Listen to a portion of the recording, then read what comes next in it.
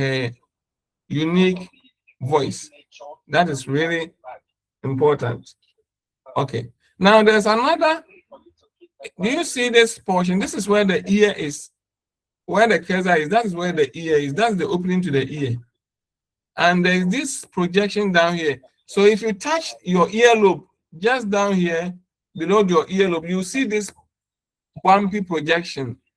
It is called the mastoid process. It also has an air space or air sinus called the mastoid air sinus. And this air sinus does not open into the nose. It rather opens into the ear.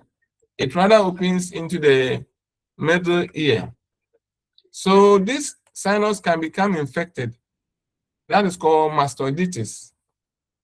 Okay, and if the infection in the sinus is not properly taken care of, because it opens into the middle ear, it can cause deafness in people.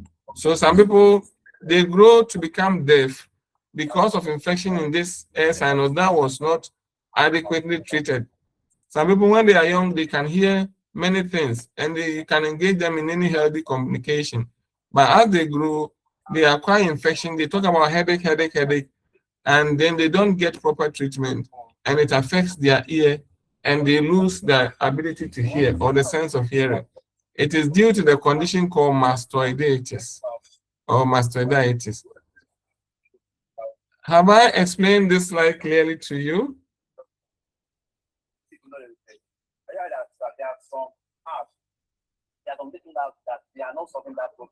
So everybody, when people have infection in the ear, when people have pain in the ear, sometimes it's not just a matter of putting olive oil in the ear. We have to get proper antibiotic treatment so that the infection does not cause deafness in the person. So it's a lesson to us all. It can happen to anybody at any age. It could be like 2 years, it could be like 50 years, 10 years, even 100 years. It's important. So it's a lesson to us all, and we need to learn. Bones of the cranium, these are the bones that cover the brain. So we have bone of the forehead that we call frontal bone. We have bone of the roof of the head, bone that form the roof of the head. There are two. We call them parietal bones. And bone at the back of the head called the occiput or occipital bone. So this is the frontal view of the face, and this is the view of the body at the head from the back. So the two parietal bones are here. So when you look at the face, from the face, you see the frontal bone. When you see from the back, you see the occipital bone, but the two parietal bones are always visible because they form the roof of the head. But then the bone that house the ears, are called temporal bone. So these are the 4 different major bones that form the cranium from the outside. The temporal bones, they are 2. Parietal bones, they are 2. Occipital bone is 1. Facial bone is 1. So that is what I have indicated here. That the bones of cranium are the frontal bones forming the forehead, parietal bones forming the roof of the skull and extend to the side. So here, enters to this side. And temporal bone, there are 2, one on the left, one on the right, which is not shown. Occipital bone is 1. But if you look at the occipital bone, there's a big opening at the bottom here. We call it foramen magnum. That is the iconic feature of the occipital bone. It's called foramen magnum. The spinal cord runs through the foramen magnum from the brain, or to become connected to the brain. So that is one unique thing about the occipital bone. The occipital bone, foramen magnum, and the occipital bone. So these terms you have seen already: frontal, parietal, temporal, occipital. And I said we have this mastoid process. This is where the ear is. We have the mastoid process, which contains air sinus, mastoid air sinus. And if it is not treated, the infection can spread to the middle ear, causing deafness. We are still on the skull.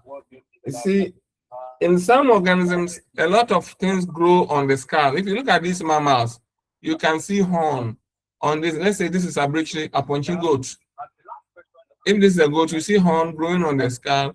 If you see this animal, reindeer or whatever you call it, you see antler, the growth having several branches, call them antlers. Yes. So the horn and antlers grow from bones. That's what we need to understand.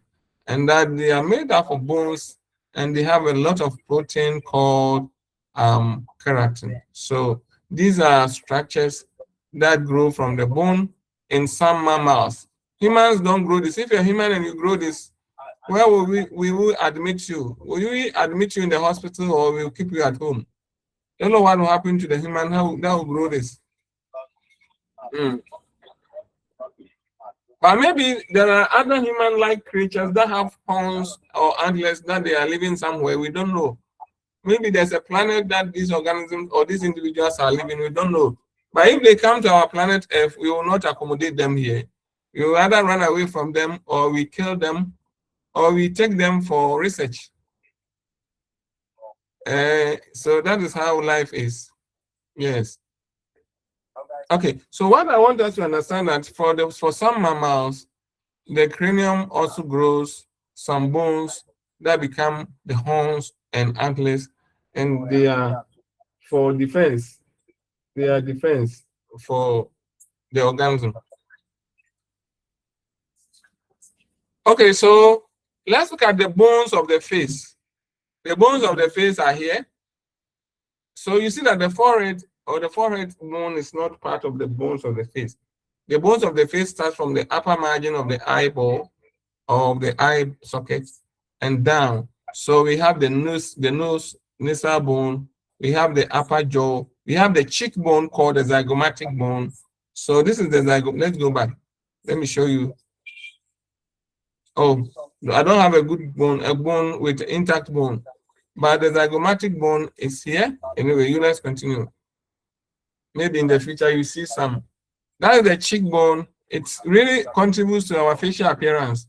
If it is too prominent, the socket sinks in. If it is too shallow, well, people have different shapes of it, having different facial appearance. Everybody has her unique beauty. Some have or his unique beauty. Some have broad face. Some have narrow face. Some have oblong face. It all depends on the arrangement of these bones. So the bones of the face are the upper jaw called the mandible. The lower jaw called the mandible, upper jaw called the maxilla, cheekbone called the zygomatic bone, and the bone of the nose called the nasal bone. These are the bones we see. But you see, of all the bones in the head, including the cranium, the only movable bone is the lower jaw bone. You can try and see that you can only open your lower jaw. You cannot move any other bone in the body. And this movement helps in articulation, like our ability to speak and our ability to chew food. So that is really, really important. And the teeth are connected to the sockets in the upper jaw and the lower jaw. The teeth are connected to the sockets in the upper jaw and the lower jaw. Okay. Yes. So that is it about the bones of the head. And any questions so far? Hello, look. Yes, please. Please, you made mention of the shape of the face, and you talked about a bone that brings up or makes up the shape of the face. I didn't get that part. That bone is called zygomatic bone or the cheekbone. Okay. Should I show you this blue color? Yes, please. Yes, please. Okay. So, how wide someone's face or how pointed somebody's face depends on this particular bone, right? Yeah, it depends largely on it, but the chin bone, the mandible, and the upper jaw also contribute to it, of course. Even the forehead also contributes to it, but when you are talking about the face proper, and you are looking at how the cheekbone spreads, either pointing or broad or narrow, whatever it is, may give some nice appearance. And you know, some people have broad face, they look so beautiful, attractive. Some people have narrow face, they look very, very attractive. Me, when I look at beautiful ladies, I don't know which ones to go for. Whether those with broad face or Office. I don't know. I'm a confused man.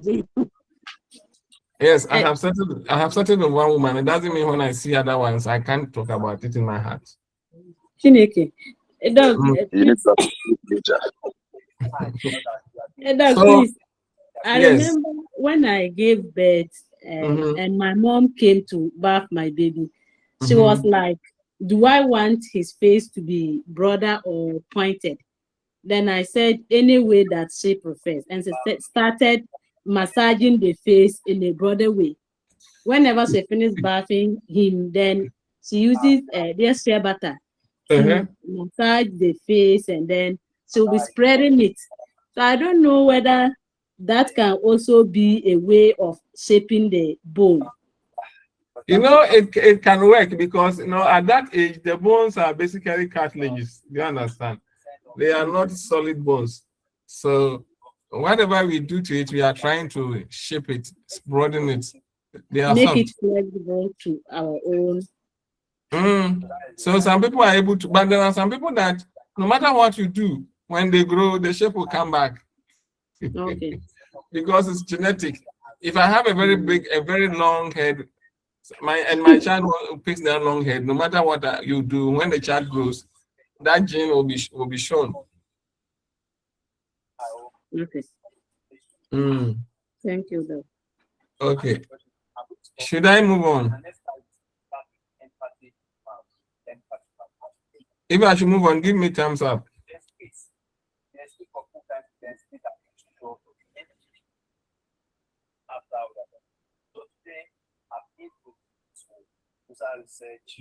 Okay, so when we are done with the bones of the head, so we go to the bones of the spine, the backbone.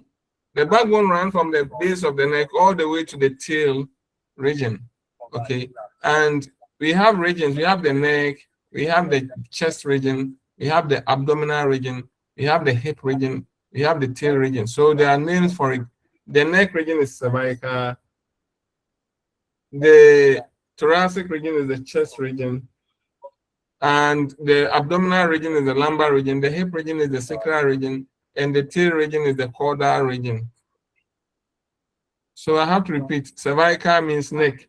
Cervical means neck, and everywhere there's neck in our body, every organ that has neck, we use the term cervix for it. That's why even in the females, when ladies have cancer in the uterus, we call it cervical cancer. That means the cervix of the uterus has cancer there. That's why. So cervix means neck. So thorax means chest. Abdomen means, lumbar means abdomen. Sacral means hip. Caudal means tail region. Humans don't have tail, so our caudal region is shrunk to become part of the sacral region.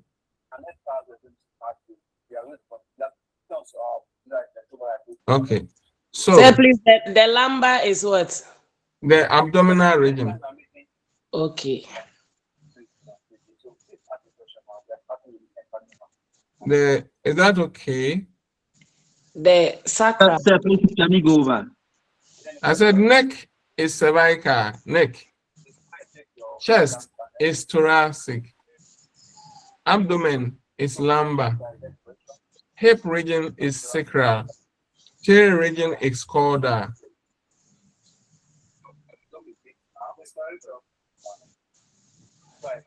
Okay.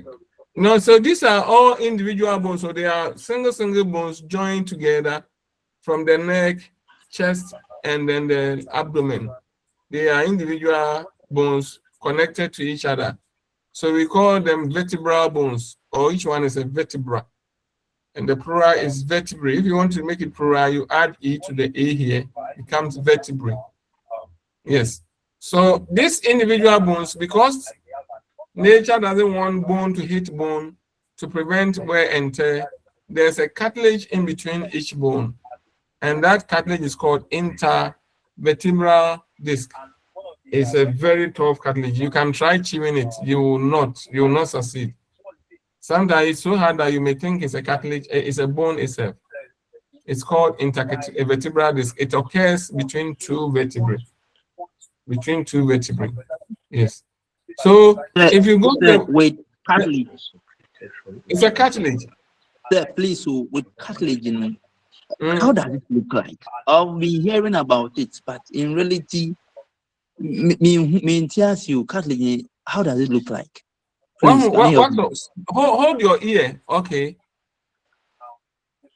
If you Okay, hold sir. your ear, cartilage is inside. But let me say this: so it is difficult to actually explain cartilage when you have not held it. But the simplest way to see a cartilage is, please go to the butcher house, okay? And you tell them that you want to buy the ear, just the ear, or you want to buy a meat with ear inside. Then when you come and cut the ear and you cook it or whatever, you can now begin to touch it or bite it and see how it feels. Or if you even get the nose of a goat or something, the front part is cartilage, then you can see it. Hello, But sir. Yes, please. Cartilage, kaku. Very good, very good. Kako is simple to buy. Yes. Yes. I think that part of the body that when you are chewing, it sounds that kind of grill sound. That's the cartilage. Precisely. That's the cartilage. Yeah, that's it. Yeah, that's the cartilage.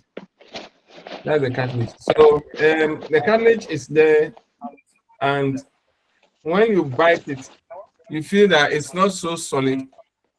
But it's not. It doesn't even have a taste, unless you add too much salt to it. It doesn't seem to have a taste. Yeah. Yeah, it doesn't seem to have a taste. So, but they are very, very useful to us because they allow expansion. Especially the cartilage in our nose is elastic. So when you want to blow your nose, you can hold it and pull it, and it will not harm anything, not create any harm to you. Yes. So, but for this kind of bones, in between these bones, the cartilage that is there is very fibrous. It's very hard, because if it is not hard, as when you, for example, when you carry weight on your head, you see how heavy it is, and sometimes you feel pain even at your back. If this cartilage is not strong enough, the weight can crush it to cause it to rupture. So cartilage is really, the disc is really tough, really hard to prevent bone from hitting bone and prevent damage to the cartilage itself. So that is how the disc between the two bones, called intervertebral disc, is a very fibrous, tough bone. So please bear that in mind. Intervertebral disc is a very hard cartilage. We call it fibro cartilage. So let's look at the vertebra. The diagram you see here, that the vertebra looks like S shape. That is how. Please give me 2 minutes to respond to one question here, then I'll join you soon. Permit me.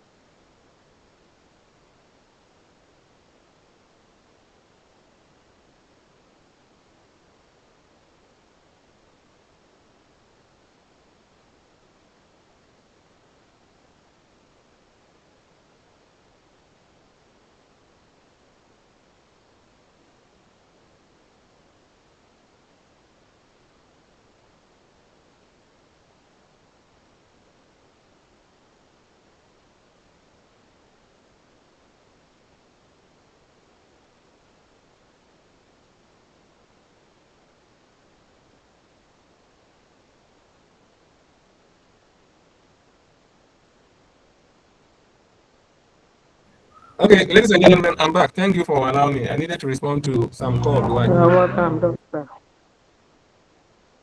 Okay, so I was on this diagram and I said, when you look at the shape of this vertebral spine, the second diagram to the right, that is how adult spine is. That's how the adult backbone is. The neck region points out somehow, then toward the thorax, it curves in, then abdomen also curves out small, then we go to the hip region, it curves in, then the tail region curves out. So as we grow, this is how the spine looks like. In babies, the newborns, the spine is not S-shaped. The spine is C-shaped.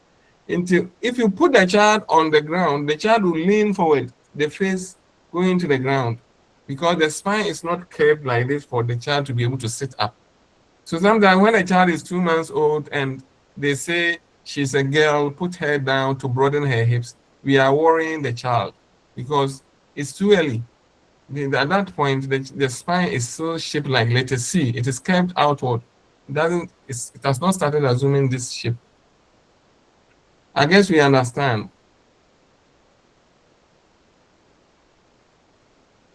So the spine has 4 curvatures.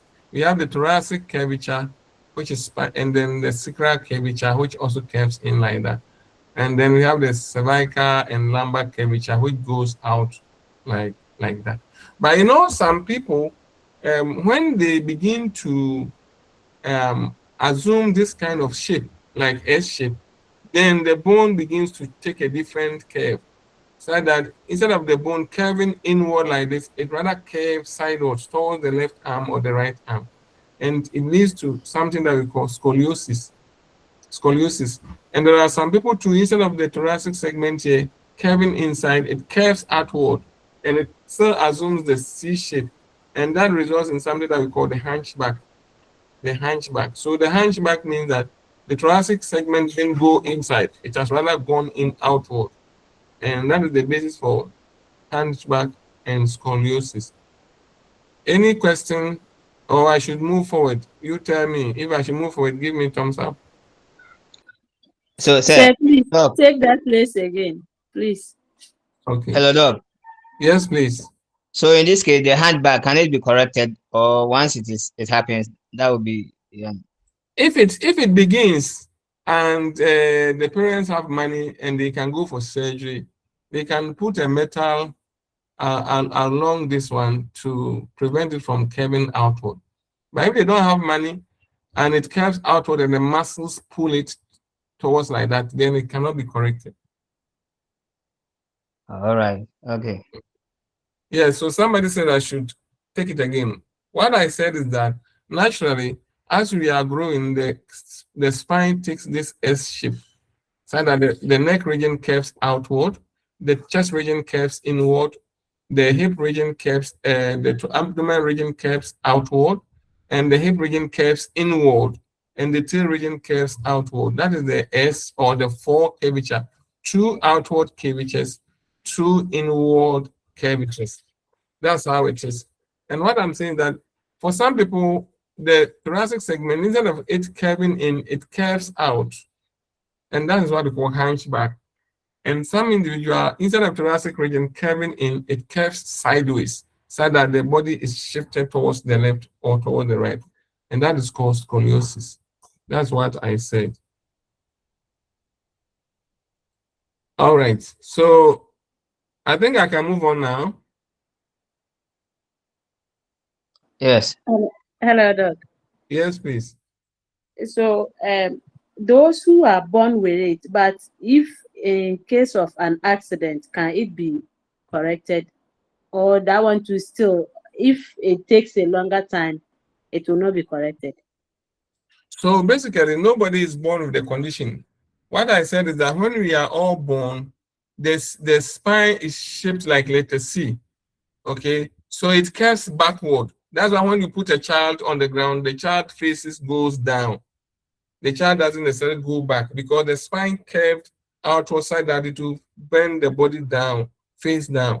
When we are growing, sometimes it's due to infection in the bone that brings about this bone twisting. So when children have some infection and they are not, the infection is not seen early or is not properly treated, then it brings about this deformity called scoliosis or hunchback, lordosis. Hunchback, they also call it lordosis, like the Lord Jesus. Let me use that term. So they call it lordosis. So nobody is actually born with it. It is acquired. And then if it's seen early, surgery can be done to correct it. But if it's not seen early, then and it becomes obvious later, then it's like it cannot be corrected. It can be corrected because muscles have become adequately connected to the bones, and the muscles are driving these features. Recently, I went to teach somewhere, and after teaching, is the slide not showing? Is the slide showing for everybody, or it's not showing for everybody? Do you see it's changed? It's showing, or maybe It's showing, please. Okay, somebody is not seeing. That person, I suggest you exit and rejoin. So as I was saying, I was teaching somewhere, and after the lecture, I sat down for usual consultation. Students will come one after the other with their issues, some personal issues, some general understanding. You know, some students have questions they feel shy to ask in the general class. So I sit for some time. They queue and they come one after the other, like medical doctor doing consultation. So one student came and said, I think I have a hunchback. And I said, can I feel it? And she said, oh, everybody would, people will see it. And I said, no, I'm not going to expose you. So I touched the dress and I made her face the people so that I could put my hand at the back as if it's a normal conversation that I'm touching her shoulder or something. But then that was where when she's standing, you will not see that she has the groove there. But when you touch it, then it becomes obvious that the spine is shifted towards the left and that the muscles that are at the left is built up tightly. And she wanted to know if something could be done about it. And I said, well, at your age, surgery may be done, but it's going to be very expensive and very risky because she might be around 19 years. Usually when the child is around 9, 10 years or up to 12, and it must be done, that's where it must be done well. But when the child or the person grows and growth hormone have done a lot of work, pubertal hormone or sex hormones have contributed to a lot of development, doing surgery to change things may be expensive and difficult. So that is it. But it doesn't mean it cannot be done. If you have money and you travel to a proper facility, they will have all the sophisticated machines to help with it. But they will advise about the risk involved, the percentage success, and the rest of the percentage could be a failure. So if they say we can assure you of 90% success, then you also understand that at 10% level they may fail. So that even if they do it, the surgery, you may not get it 100%. Should I move on?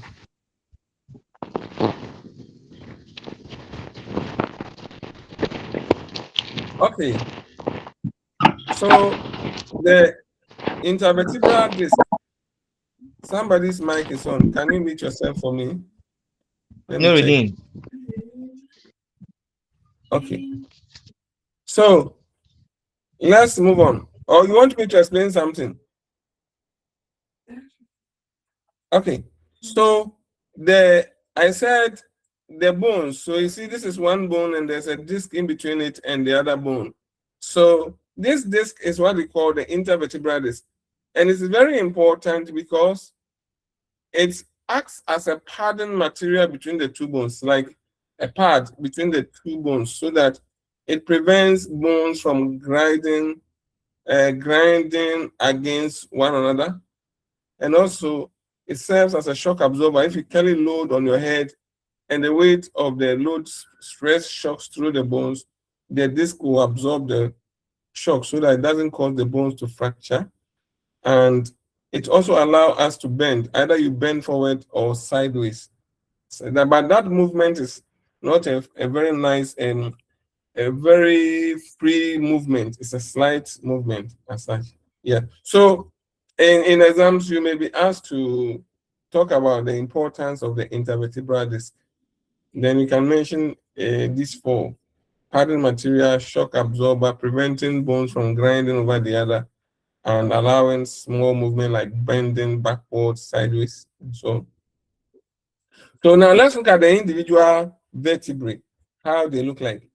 Those in the neck look different from those in the thorax, and those in the thorax look different from those in the sacral region. However, they all have similar features, that they all have a body called centrum, and they all have this spine called the spinous process, and they all have surfaces for forming joints. We call them articular surfaces from articular processes. So we have one facet or face, and then what they use to connect. So this is a centrum, and there's a space here called the spinal canal. That is where the spinal cord runs through.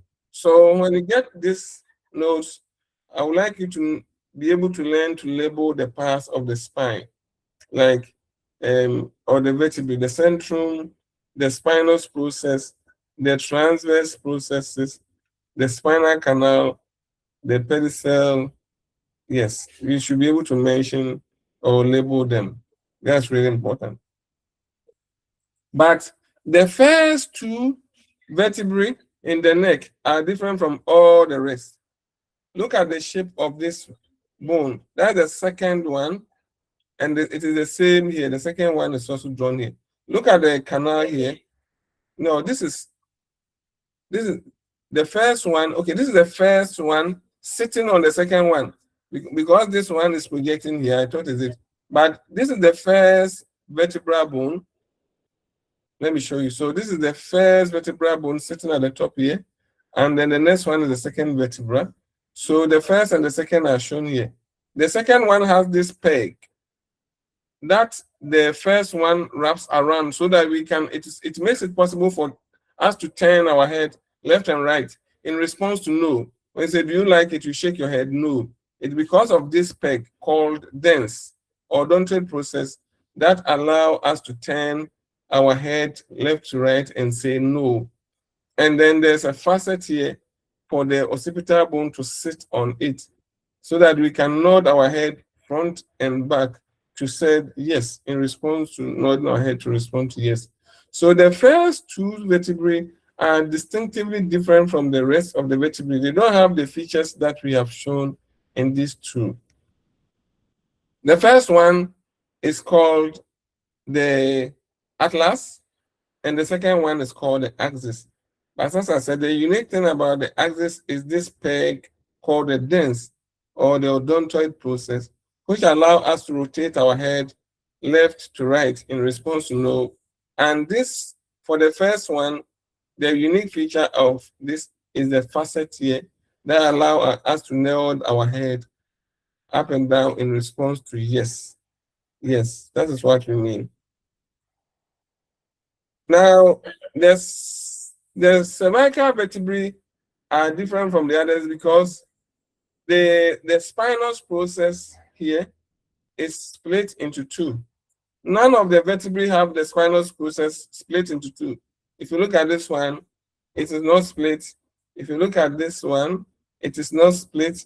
But this one, the spinous process is split into two. So this is something that is unique about the cervical vertebra, which all other vertebrae do not have. Which all other vertebrae do not have. Now, there's also another opening here that we call transverse foramina. This transverse foramina is also present only in the cervical vertebrae, only in the bones of the neck. So two things that are present in the bones of the neck that we don't have in the others are these two openings beside the centrum.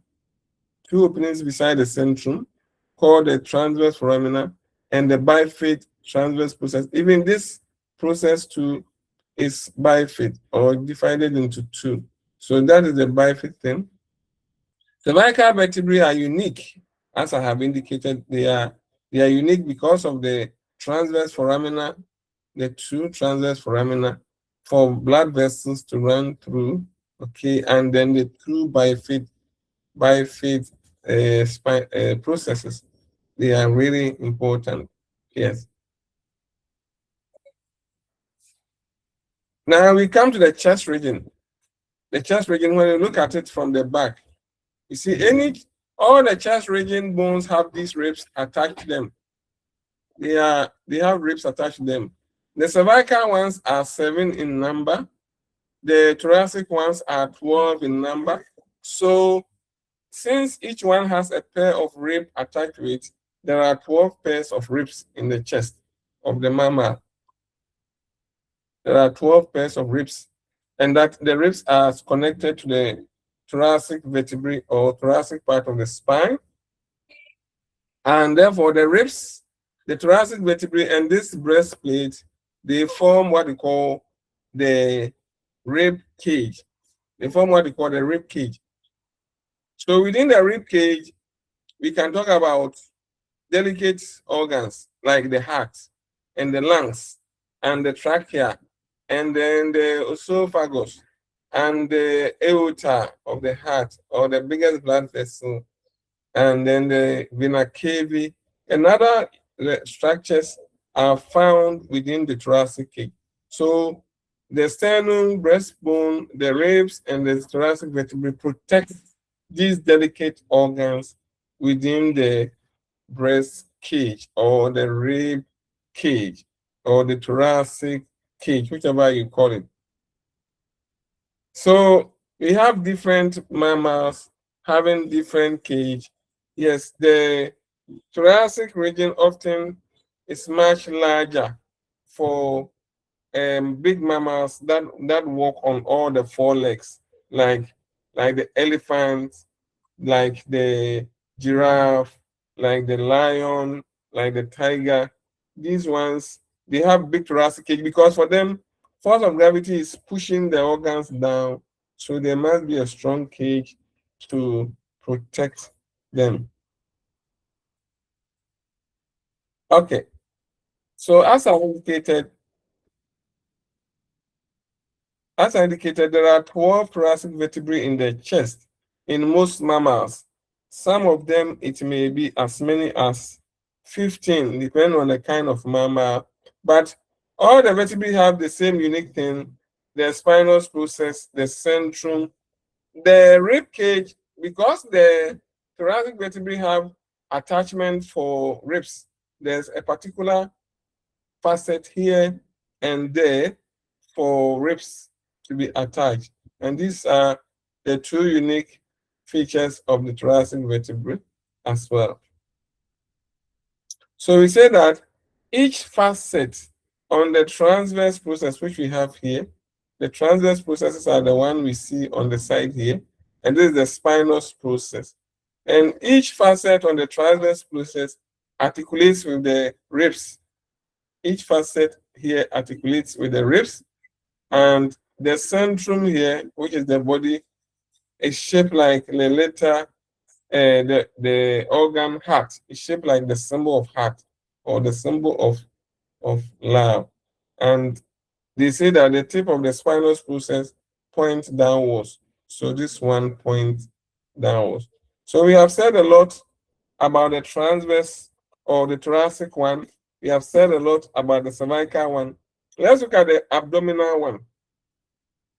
The abdominal one are the lumbar vertebrae. There are 5 in humans, that they may be as many as 7, depending on the kind of mammal, whether it is a whale or a dolphin or an elephant, a tiger.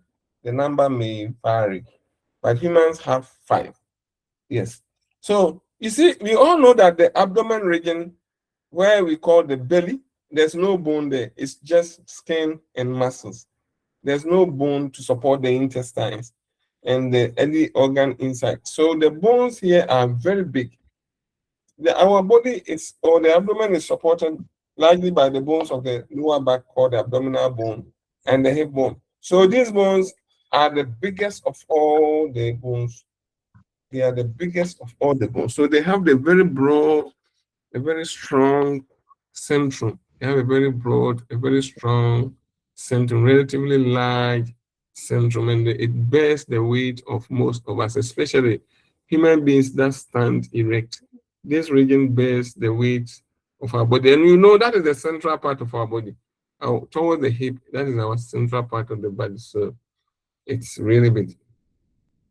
Then we go to the hip region, where at the back here, these bones are not, so from the neck, thorax, and lumbar, we have individual bones separated by intervertebral disc. But when it comes to the bones of the hip, they are fused together. There are 5 bones, so 1, 2, 3, 4, 5. And they are all fused together. There's no clear intervertebral disc between them. You can only see joints between them. And then the scrotum or the coccyx or the tail one is also fused with the sacral ones put together. So this one we may have 5, the tail one too, we may have 4 or 5. It depends on the kind of animal. So these bones support the pelvic girdle and often fused together. So they support the hip bone that we call the pelvic girdle, and are usually 3 to 5 in number, but can be more, up to 10, depending on the animal. Like a mammal called anteater and armadillo has many more than the 5. Yes. Yeah. So that is the sacrum or the hip bone. But then these ones are the caudal ones that form the tail. So animals with tail have long bones, like large number of bones. Some animals have longer tail than others. So maybe the horses will have longer tail than a dog, okay, or a hyena. So the number of bones is variable depending on the animal that we are talking about. So the caudal regions vertebrae are the bones of the tail, and they are generally smaller in size compared with the rest, okay, and that they don't have a space for the spinal cord, because the spinal cord will end somewhere here in the abdominal region. So it doesn't extend to this tail region. Yes. But now, depending on the kind of animal, I see there are some monkeys or apes that use their tail to swing on trees. They use their tail to ramp around the stem of a tree so that they can be hanging or they can be swinging. Those ones will have a longer tail than those that do not use the tail at all for anything. So humans and chimpanzees, we don't need our tailbones because we don't use it at all. So the number has reduced. That's why you see the diagram you see down here are from humans. And our coccyx or the caudal region is called coccyx. They are bones fused together. So we are done with the bones of the vertebrae, the cervical, thoracic, lumbar, and the caudal. Now we come to the chest bone, the ribs, and then the sternum. So the sternum, this is how it looks like. I would say this is the most beautiful bone in the body that I like. I like this bone, the way it is shaped. It has a handle at the top here. We call it manubrium. Then it has a body. And it has this cartilaginous region that we call the xiphoid process. We call the xiphoid process. Yes. So mostly, this xiphoid process is cartilage. But when you grow to be like 30 years or yes, maybe 30 years, it becomes converted to bone. So when you touch the bone on your chest and you come down to the bottom, you see that towards the region of the belly, that region is in. You can now feel it as you sit down from the chest down toward the belly. Then you feel that pointing region called the xiphoid process. Yeah. So in some mammals like this, a mammal like a bat that can fly. Bats can fly and they are mammals. For them, this bone is really specially modified to behave like that of a bird. And for the bird, the chest bone of the bird is called a keel. So this is the term. It's called a keel. So bats, their breastbone is shaped like that of a bird, so that it will allow them to have the specific muscle attachment that help them to be able to fly. Okay. While some animals, like the dogs and the rats and the mice that dig hole, they also have their modified breastbone so that the muscles attached to them, the bone will give them the strength to dig holes into the ground, while some of them also have it modified so that it will help them to climb trees. So the arrangement of the bone or the shape of the bone serves the purpose for which it is needed in the animal. Serves a purpose for which it is needed in the animal. Then the ribs. So each thoracic bone has a pair of ribs attached to it. So we have 12 pairs of ribs. This is the anterior view of it, and that's the posterior view of the ribs. So let's look at this. You see, this is the breastbone that I said is the most beautiful bone in the human body. And these are the ribs. And the ribs are attached at the back, the ribs are attached to the vertebrae, and at the front, the ribs are attached to the sternum. If you count well, you see that rib number 1, 2, 3, 4, 5, 6, 7. They all connect to the sternum directly. 1, 2, 3, 4, 5, 6, 7. They all connect to the sternum directly. So we call them true ribs. We call them true ribs, like TRE, true ribs. Each of the rib bone has a cartilage that connects the bone to the sternum.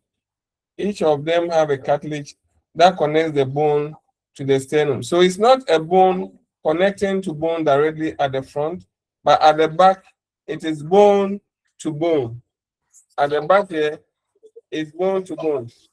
But at the front here, it is bone to cartilage and cartilage to rib. Please, is that understood up to this point? Baby.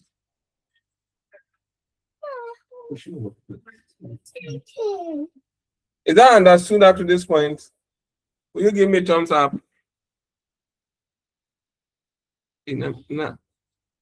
Make us a good. Okay. It looks like it is. I'm getting a message on my computer that my network is disconnected. But then that's why I was asking whether I'm talking into the air or you are online. No, we are here. We are listening to you. Okay. So today, pardon me, the note is full of terminologies, and that is how it's supposed to be because now you are advancing. This were medical students. Oh, yes, after learning this, when you teach your students, they will also ask you whether you are a doctor or not. Okay, so let's pay attention. I said the ribs are connected to the backbone, the vertebrae, and then the sternum at the front. At the back is bone to bone. By the front is the rib connected to the sternum via a cartilage. And that cartilage is called costal cartilage. Costal cartilage. And I said number 1 to 7 they use their own cartilage to become connected to the sternum. So they are true ribs. And number 8, 9, and 10 connect to the sternum via the cartilage of the other. So the number 8 connects to the cartilage of the number 7.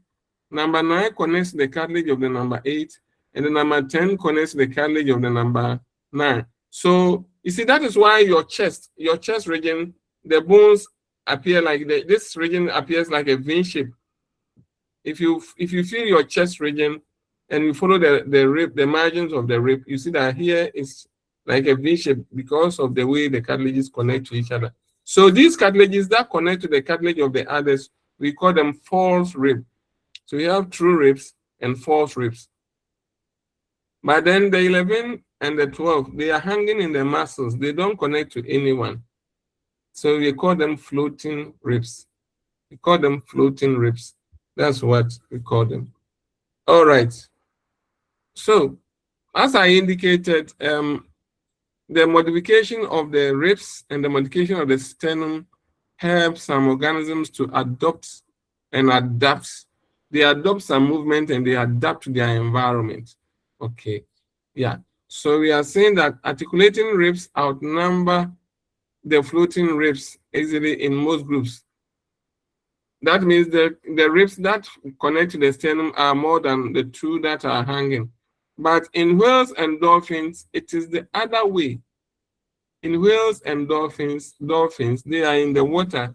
It is in the other way because they have a reduced sternum. The sternum is not, again, is something burning. Or somebody is burning something here. In whales and dolphins, they have a reduced sternum. So only 6 ribs are attached to the sternum and the rest are floating. And the rest are floating. Right.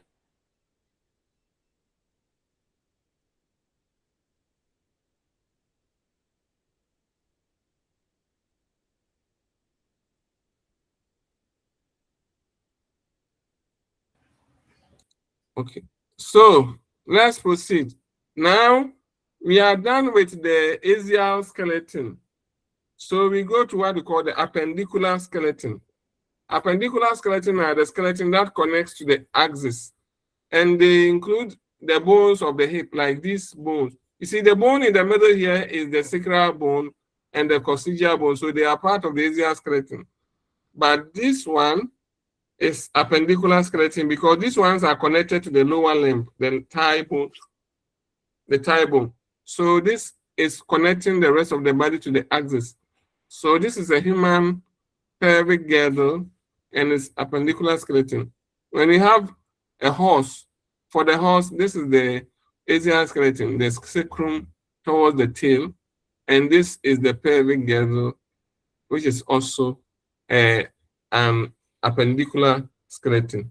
So we call this group of bones, there are 3 different groups of bones that form this. We call them innominate bones. Innominate bones. Innominate bones.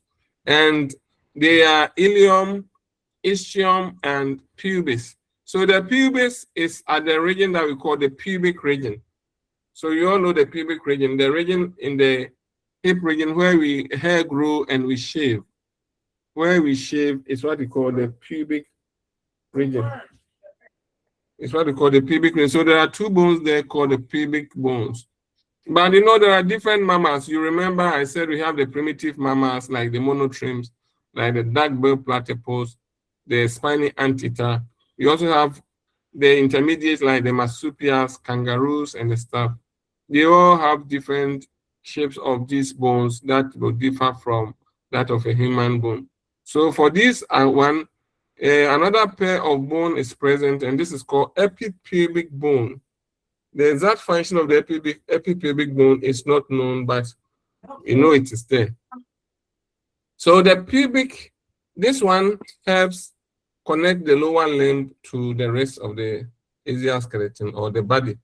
Now at the shoulder region, we have the shoulder blade, which is at the back, called the scapula.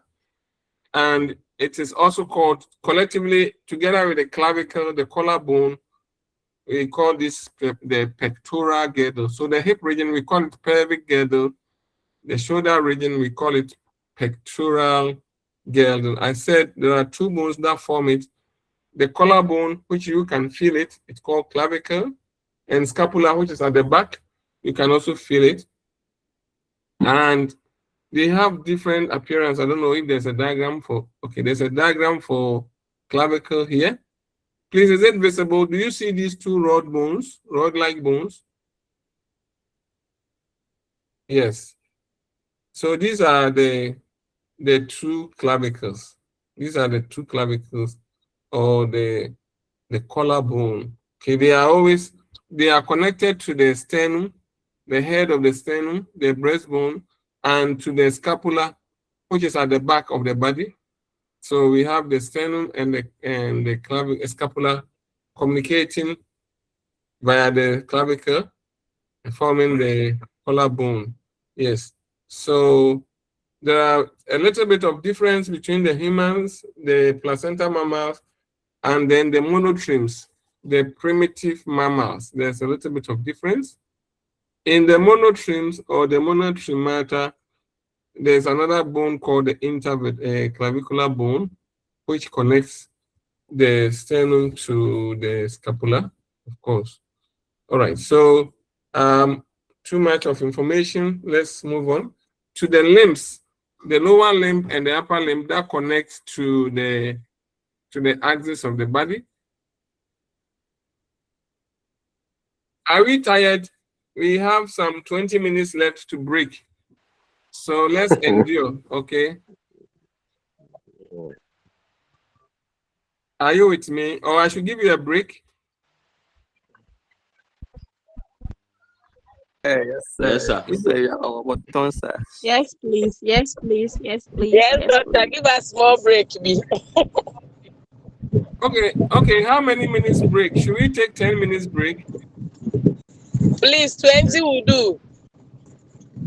If 20 will do, it means we will come at 150. Okay. Do we agree? 30 will do. Oh, good. And we will come for another lecture. Oh. At 2 o'clock. 30 will do. Okay, so if we break for 30 minutes, it means when we come, we finish this and we start the second lecture. Will it be okay? Yes, sir. Yes, doctor, that will be fine. Okay, then we are meeting at 2 o'clock. Okay. Okay, Thank bye-bye. you. Bye-bye.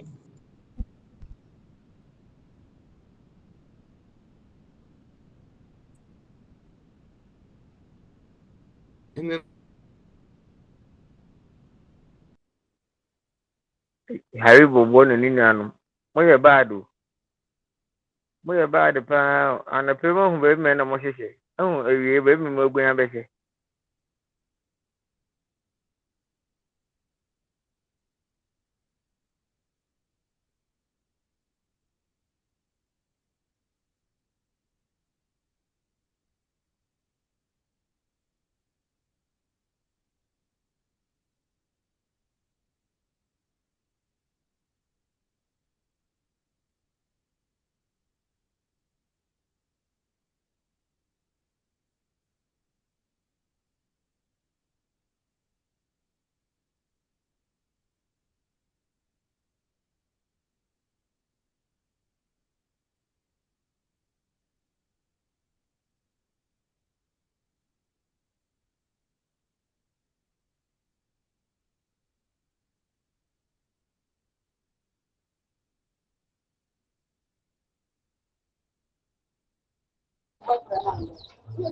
Are you on break?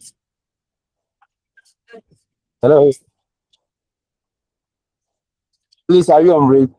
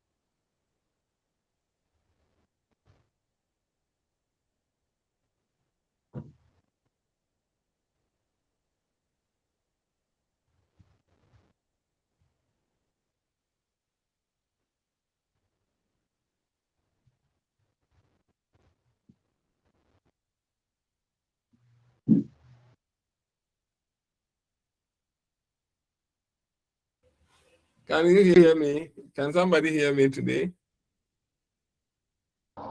Yes, sir. Yes, sir. Okay, so please prompt your people that it's 2 o'clock.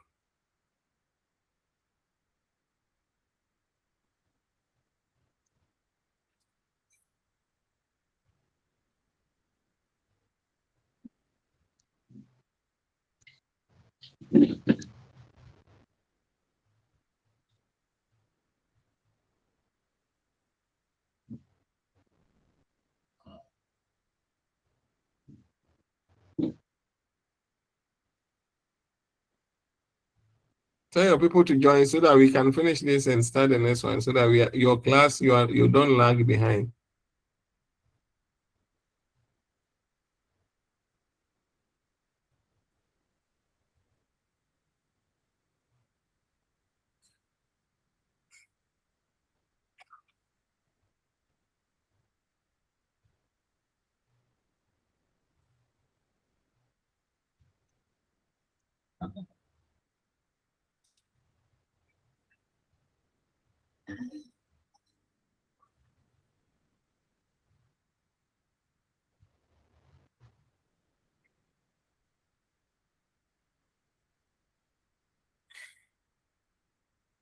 You said you have something important to tell us. Yes, sir. I've worked in this school for many years, and I cannot keep quiet anymore. Yesterday afternoon, while cleaning the corridor, I saw something that didn't seem right. Continue. Tell us everything. What's wrong? Someone's inside with the principal. Yesterday afternoon, while cleaning near Sonia's classroom, unusual movement that caught my attention. Kira, she's talking about yesterday. If she keeps talking, everything is over. Kira? Vanessa? This is a private meeting. Why are you here? Sir, and we felt it was only fair to be present if the discussion concerns us. Kira, I'm scared. Stay quiet. When you start, Maria Ben. Sir, I came to the school to study. If it's a word, can't say talk about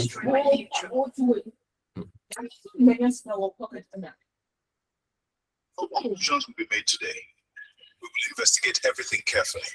Students will maybe I just share me pocket na try me no when they try one. I don't think so. I don't do that. Scan that one. But they found Me listen. Something doesn't add up. Don't make us some chill.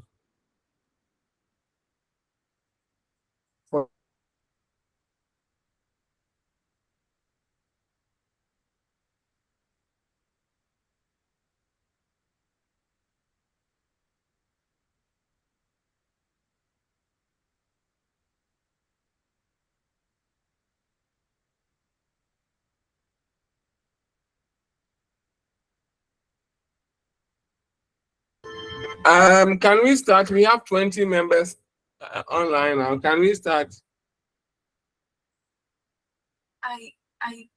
She's overwhelmed. Yes, sir. So we can start. Okay. Now let me ask, do you see my slides change from, no, not this one that I want to show. It's the wrong one. Yes, doctor. Maybe I have to quench all the slides. There's one I have to share with you. Not this one. Let me go back. Then I'll share this one.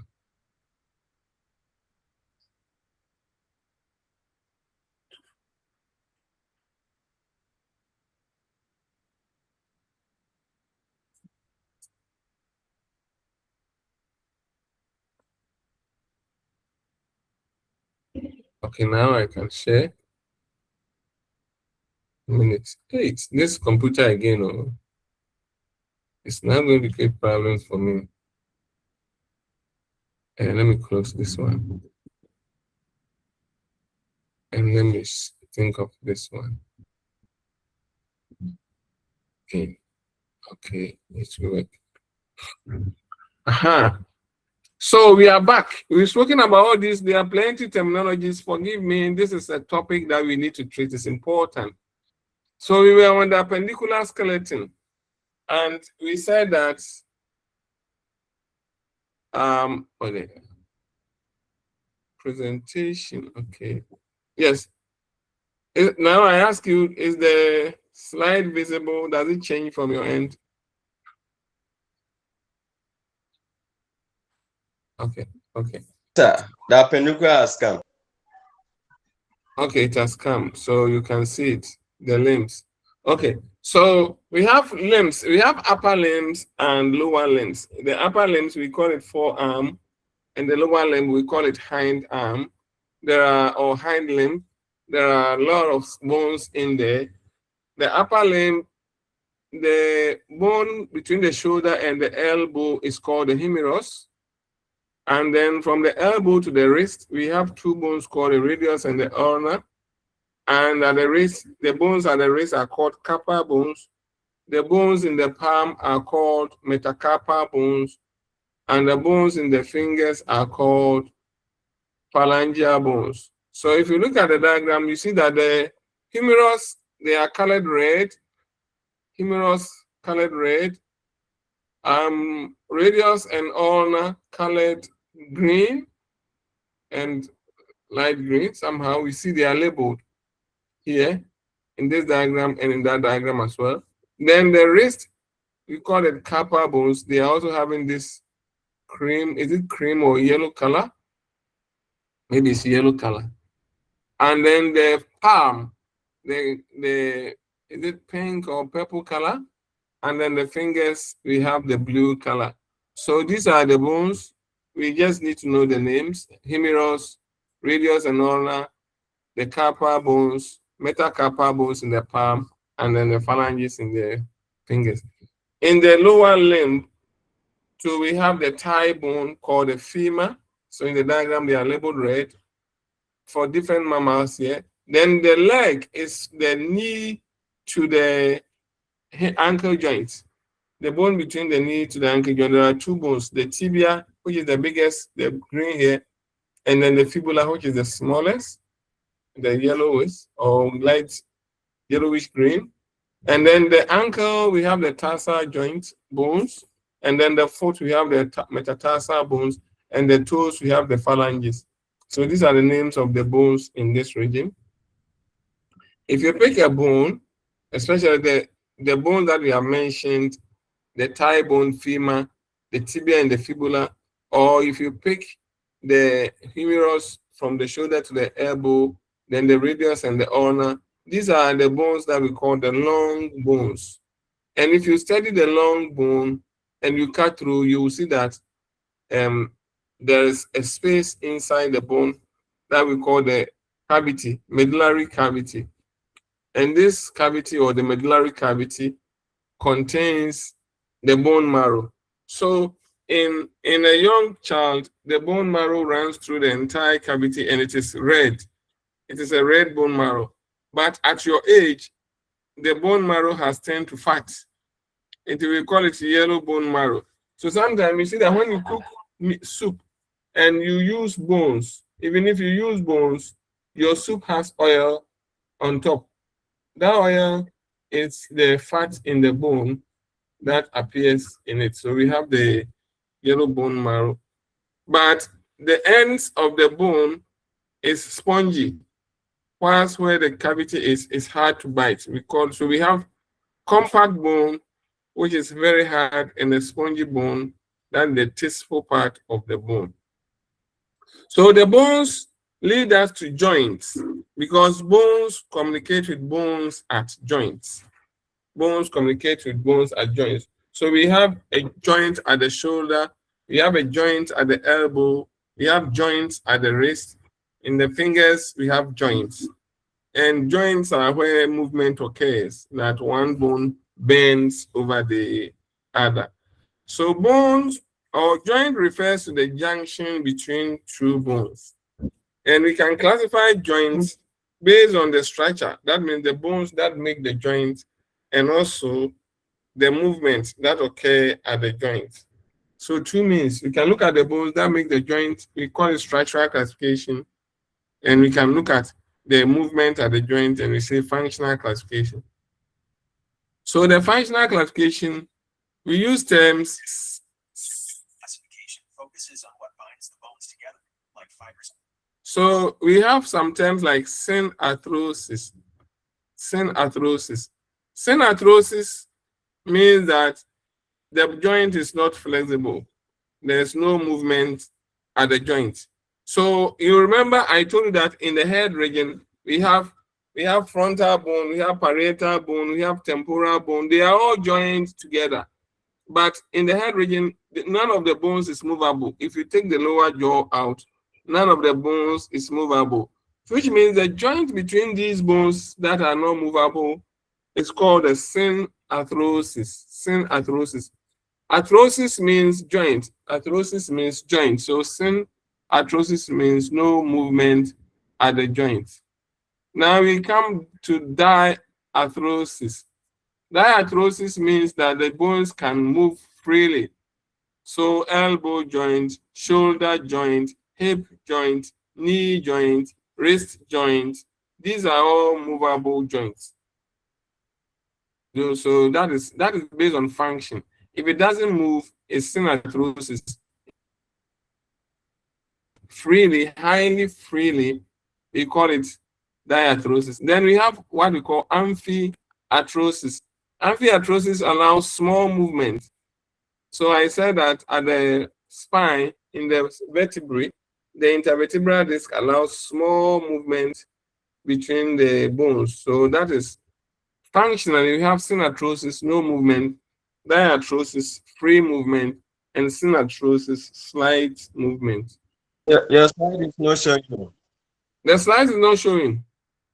Oh, it's showing. It's showing. So It's showing now. exit and come back.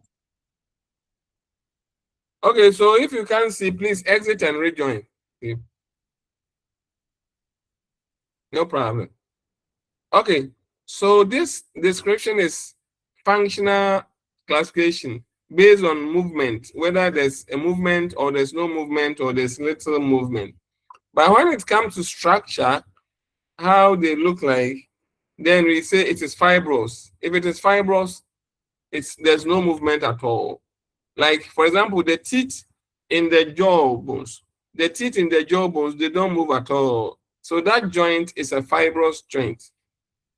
The joint between the bone and the teeth is a fibrous joint. The same way we can also use the joints in the head. They are very fibrous, they don't move at all.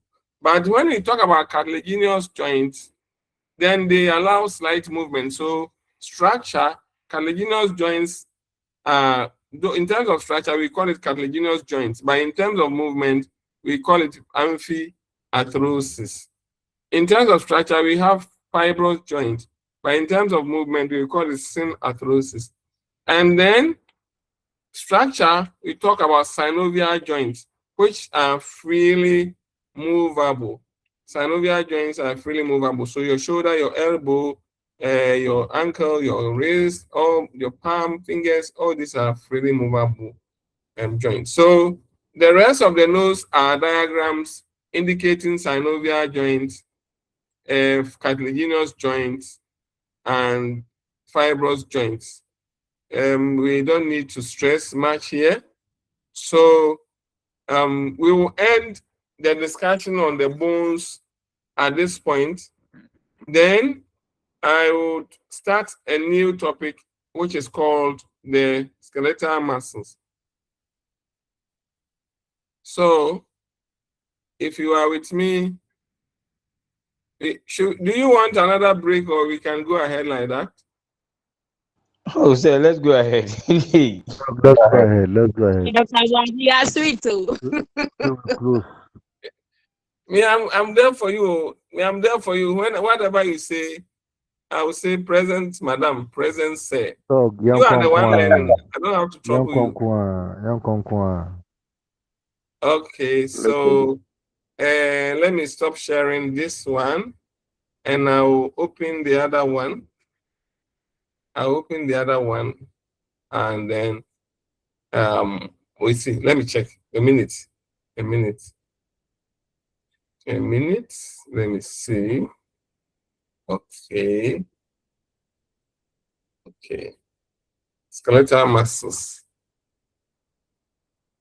This one, we will be able to do it within 1 hour.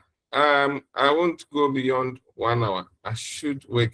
But still, I will not be over speed, I will be moving slowly, but I will not move at a top speed. Okay, where is it? A minute to let me bring it back. Okay.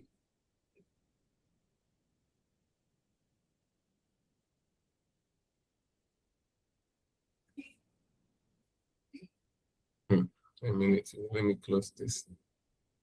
I haven't saved it. I downloaded it. I didn't save it. Okay, let me save it. That's why I'm not able to see it. BIO212D. Skeletal muscles. Oh, the skeletal. Okay. Okay. Yes.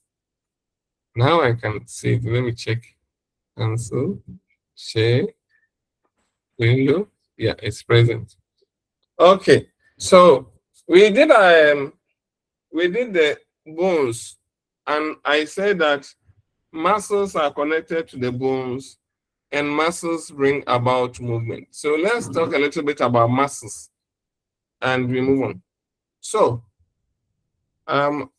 it is expected that at the end of this lecture, you'll be able to predict some of the muscles, their names, and their origin and insertion, and what happens when muscles contract. That's what we need.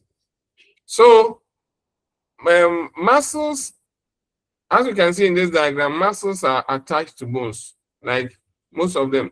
And if any muscle is attached to bone, we call that muscle skeletal muscle, because bones form the skeleton. So the muscles that attach to bone are called skeletal muscles. So mammals are able to move their body due to the action of the muscles. Action of the muscles. The muscles contract, and when they contract, they pull bones and they bring about movement at joints. I want to repeat. When muscles contract, they pull the bones and they bring about movement at joints. So such muscles are called the skeletal muscles. Every muscle has a tendon that connects it to a bone. So if you look at this diagram, this is the bone, and this is the tendon of the muscle connecting the muscle to the bone. So as I indicated, Come again on that illustration. So every muscle has a tendon, and that tendon connects the muscle to the bone. Every muscle has a tendon, and that tendon connects the muscle to a bone. So if you are chewing meat and the meat is attached to a bone, and you are finding it difficult to share or shred the meat with your teeth or with whatever you are using, it means there's a tough tendon connecting the muscle to the bone. That is why the muscle is called skeletal muscle. So each time does it mean that the tendon covers? That's like a wrapper. It wraps the muscle. No, the tendon doesn't. The tendon doesn't wrap around the muscle. The tendon is at the end of the muscle. The tendon is at the end of the muscle. Okay. It's just like you want to glue something to a surface. Let's say your footwear is widely open. You want to connect the leather to the sole of the shoe. So you put a super glue in between, so that the super glue will be like the tendon connecting the leather of your shoe to the sole of the shoe. That's how it is. Okay. Some of the tendons can be very, very long. I don't know. A minute.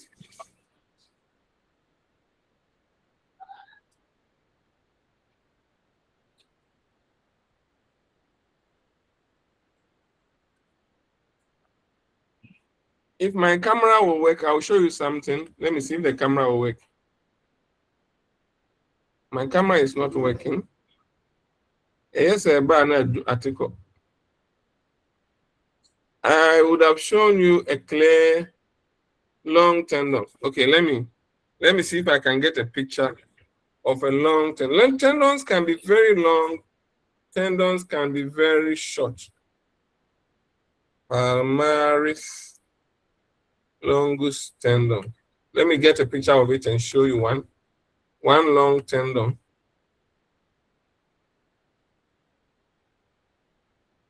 Okay, a minute. Let me show you this picture. A minute.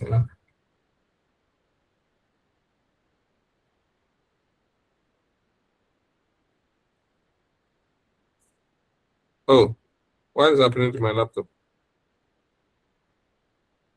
Things.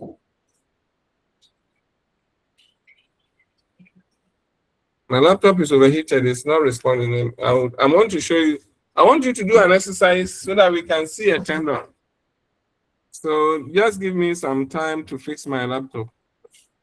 How to separate the laptop? This laptop again.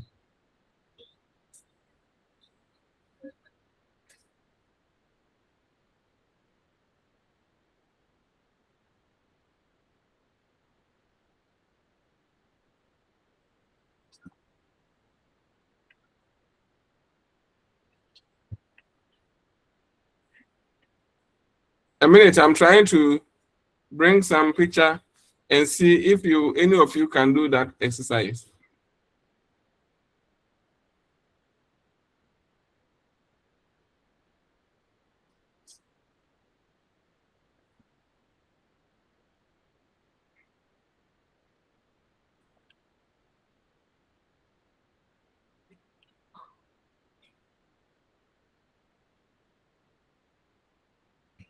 I'm trying to bring a picture out and see if any of you can do that thing for me.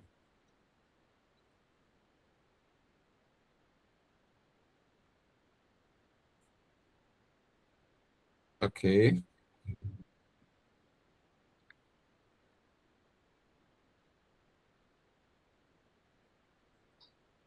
Can we see this diagram?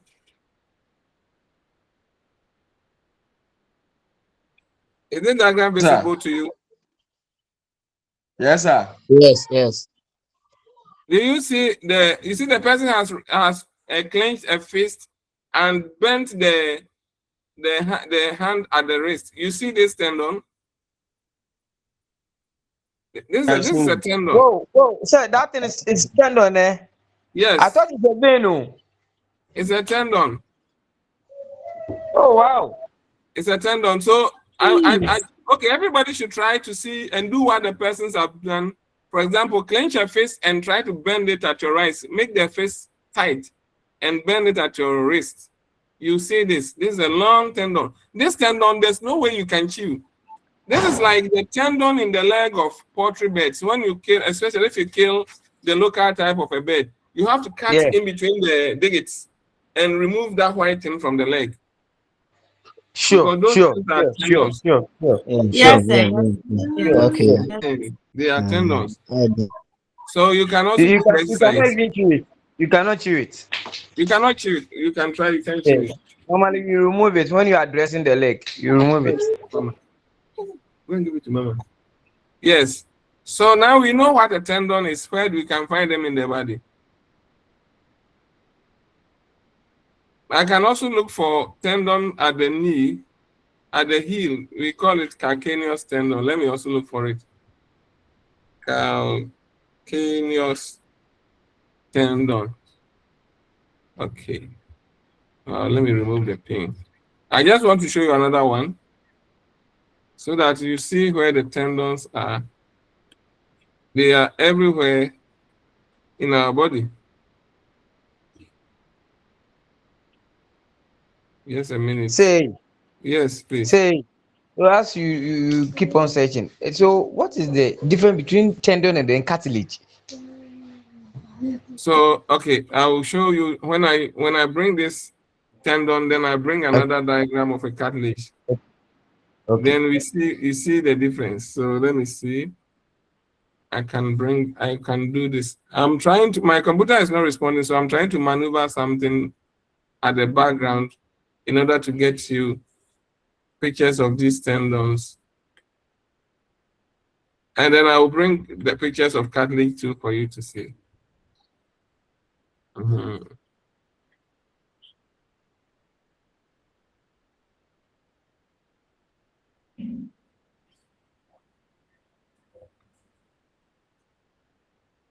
Okay, so another tendon is coming. Another tendon is coming to show you. Okay, so you see this one. I'm just putting it over the other one. You see this one at the leg, at the back of the leg. This is the knee, the heel, right? With the foot on the ground. And there's this white tendon at the back that you can even touch. Can you touch it? Yeah, yes, sir. Yes, sir. You can hold it. Yes. Yes, that is also with lean skin. Those of us with lean skin, you can easily touch it. You can easily touch it, yes. Yeah. So they are also there. Now let me bring Yes. That if they boot, if you are playing football and they stamp them, you are dead. you go for injury like 2 months. That one you are dead. When that one is damaged, there's no way you can use your leg for anything. Your leg becomes useless. When that one is damaged. We call it Achilles tendon. When it is damaged, you are dead. You can't do anything with it. Really? Yes. Your leg is useless. You can't use that leg to walk. Yeah, Doc. Yes, please. Recently, one colleague at Kwame Nkrumah was using mower to weed the field, and the blade cut the tendon. He's a footballer and he has been worked on, but he has been told that he cannot use the leg to play football again, actively again. Yes. Yeah. He can only be limping on the leg, but he cannot use it for anything. Yeah. This is Tinko. Hey. Yeah, your brother. Yeah, quite. Oh, you're back, sir. Mati. Okay. So I'm trying to bring another diagram of a cartilage for us to see how the cartilages look like. Because these things are everywhere in our body, but then sometimes the way we sound, we talk about it, it's like they are in heaven. I'm moving the tendon. So let's look at this. Is this also visible? Yeah. So you see, this is the leg bone, the thigh bone, and this is the leg bone, tibia. And you see, at the end of each bone, there's a cartilage. But at the knee, there's another cartilage that is serving as a disc called meniscus, which is between the cartilage of the thigh bone and the cartilage of the leg bone. This is a fibrous cartilage. This is just like the cartilage of the intervertebral disc. Okay. I can also bring the intervertebral disc so that we will see it. Intervertebral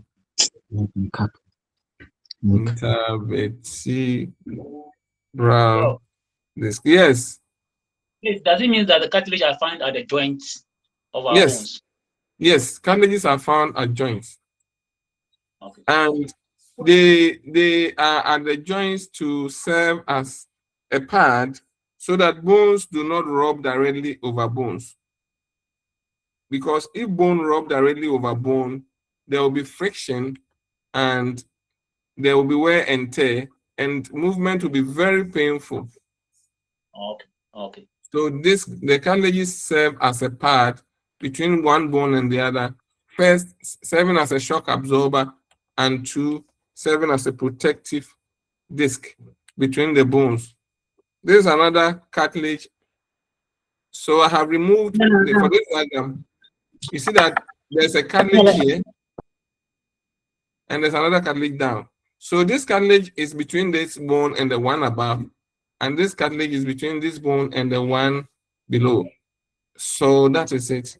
There can also be a cartilage where else in the earlobe. So what about the pinna? The pinna of the ear. Yeah, that's what I want to bring out. Okay. I'm going to look for it and bring it out to you. That one, the diagram they are showing me rear pinna. They are not showing cartilage. So I don't have to bring it. They are showing rear pinna. That's for that one. Everybody has it. So you can touch it. Then you see that it's very flexible. Sir, yes. Sir, please let me ask this. Is that one too a bone? Because I think way back yes, we were told that it's a soft bone. Is it a bone? It's not a bone. It's a cartilage. A cartilage is a cartilage. A bone is a bone. Hey. Because in the morning we said that a cartilage can become converted to bone.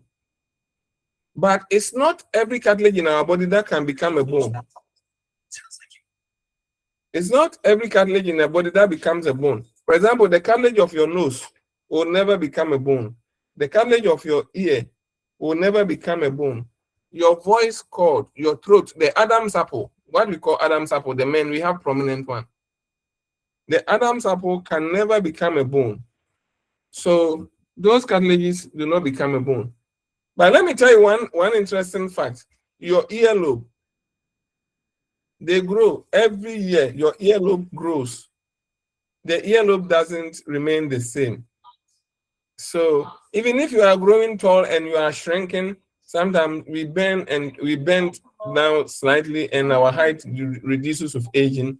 The earlobe continuously to grow with aging. It is the only organ system that doesn't stop growing. Wow. Yes. Hey. It doesn't stop growing. Wow. Yes. All right. So that is an anatomical fact I have shared with you. But as it is now, we know what a tendon is, where we can find it. We know a cartilage, where we can find it. Yeah, there. So let's get back to the notes that we should be able to finish by 3:15. Let's go by 3:15. We will be done. I will not speed up. If I'm speeding up, tell me to slow down. That's important. And if you need me to explain something, just let me know. I'm only giving myself time for this interaction. Yes. So, hello, sir. Yes, please. So in the male genital, that's the penis. Yes. That one, is it all veins or we also have cartilages? Festus, you asked a question for me. Experiment it.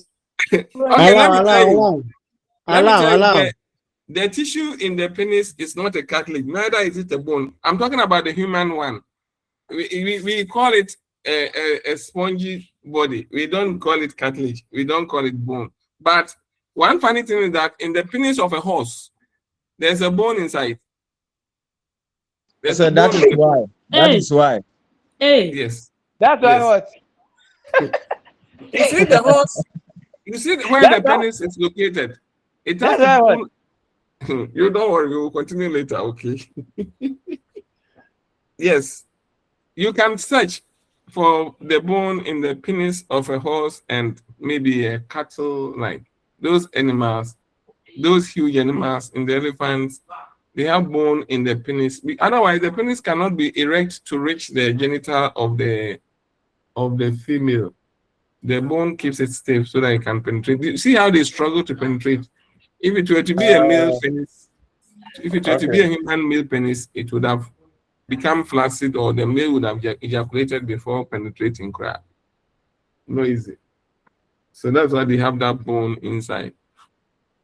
But for human one, it's just a spongy tissue, connective tissue, spongy material in there. It's not a bone. Yes. Okay, so let's continue. So what we are saying is that tendons connect the muscles to the bone. That's why the muscles are called skeletal muscles. And as a result, when the muscles contract, because they are connected to the bone, they pull the bone along. And that helps mammals in a whole lot of motion: crawling motion, climbing motion, running motion, jumping, galloping, hopping, flying, swimming, walking. All these kind of motions or locomotory movements are made possible because of the bones and the muscles together, working together. So what are the functions of the muscles? The functions of the muscles are plenty, very, very plenty, depending on what it is being used for. But when it comes to skeletal muscles, then we are talking about muscles attached to bones. And what do? Facial expression. The facial expression include confusion, happiness, sadness, and understanding facial expression, or a cooperating facial expression. A facial expression that is communicating love and affection. You can imagine when you meet, which of the ladies is free now? All the ladies are occupied. Harriet.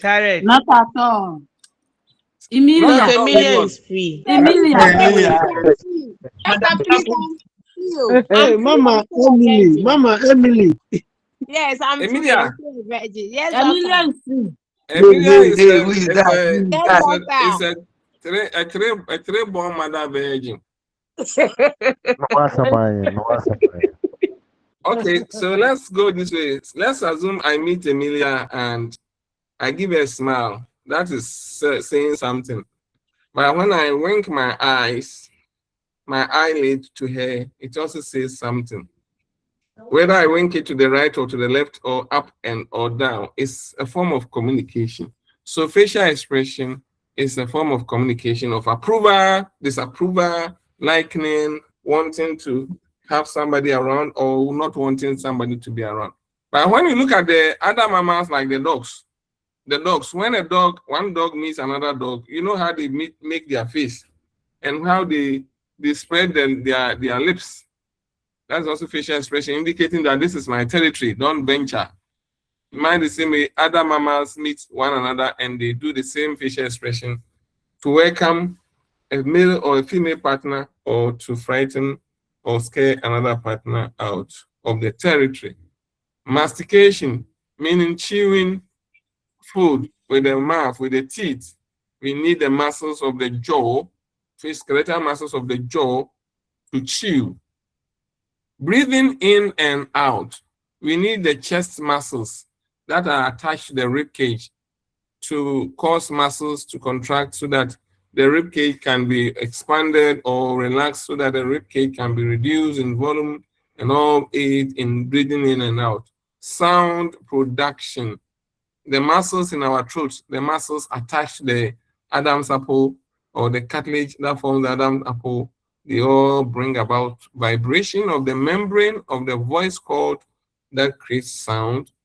So the sound comes in different forms, whether singing or shouting or light sound, whatever, communication. And then we have locomotion, which we all do, walking from one place to the other, writing from one place to the other, writing with your hand or doing cooking or pounding, whatever form of movement is there. And the muscles store excess glucose in the form of glycogen for us. So skeletal muscles are very, very useful to us. Any question up to this point? If I'm supposed to proceed, give me thumbs up and I'll proceed.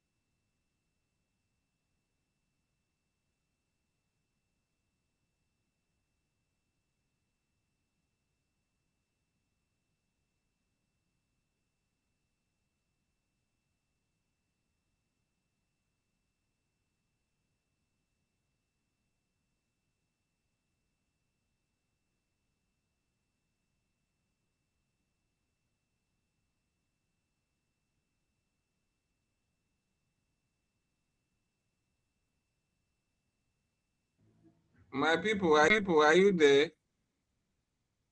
Yeah, no. We're not hearing from you. We're not hearing you. accident, small accident. I went off, so I'm back. You're welcome. Thank you. Forgive me. I'm going to fix this. Okay. Yes. So this is what we were talking about. So we move to the muscles. You see, muscles in our body can be named. The muscles can be named. And the process of naming them, we can look at the attachment, the bones to which the muscles are connected. We can use the names of the bones to which the muscles are connected. So I told you that we have a bone called humerus, right? We have a bone called humerus. And that humerus, we also call it brachium. Yes, we can also call it brachium. So if we have a muscle named brachioradialis, which means the muscle is attached to the humerus and the radius. That's what we call brachioradialis. It is attached to the brachium or the humerus and the radius of the hand, of the arm. Now we have another muscle. We can look at how many tendons does the muscle have. That one we call it head. We call it head. So there's a muscle that we call biceps brachii. Biceps brachii has 2 heads. Triceps brachii has 3 heads. So bi means 2 and tri means 3. So a muscle that has 2 heads, we call it biceps. But brachii means it is in the brachium. I remember I told you that brachiocephalus, brachioradialis means that the muscle is to the humerus and the radius.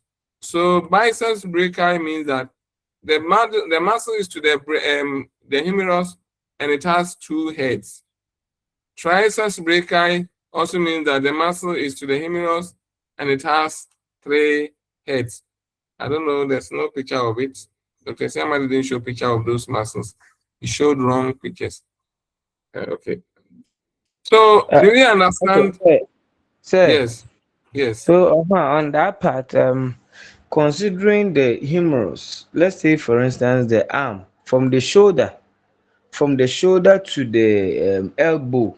Yes. The muscle inward, we call it biceps muscle. So the bicep, and then at the back of it, up to the elbow, at the back of it, that's opposite the bicep. At the back of it, is the tricep. Now, looking at the description given, that the tricep has 3 heads. I've been looking at my hand since. Where can I get a 3? Okay, you let me show you a picture of the biceps. Then I'll look for a picture of the triceps and show you. Okay. Okay. The way it is, I can show you a picture of the biceps, and I will look for the picture of the triceps, and I also show you that one, so that we all understand it. So let me search for it from the internet. That's why internet is good for us. When you are teaching and you have internet access, you can look for many things. So I'm going to bring you the macho muscle. So that you see what we call the 2 heads.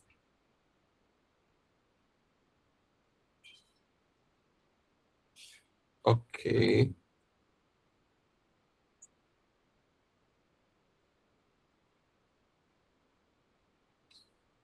So do you see this diagram? Is it visible to everyone?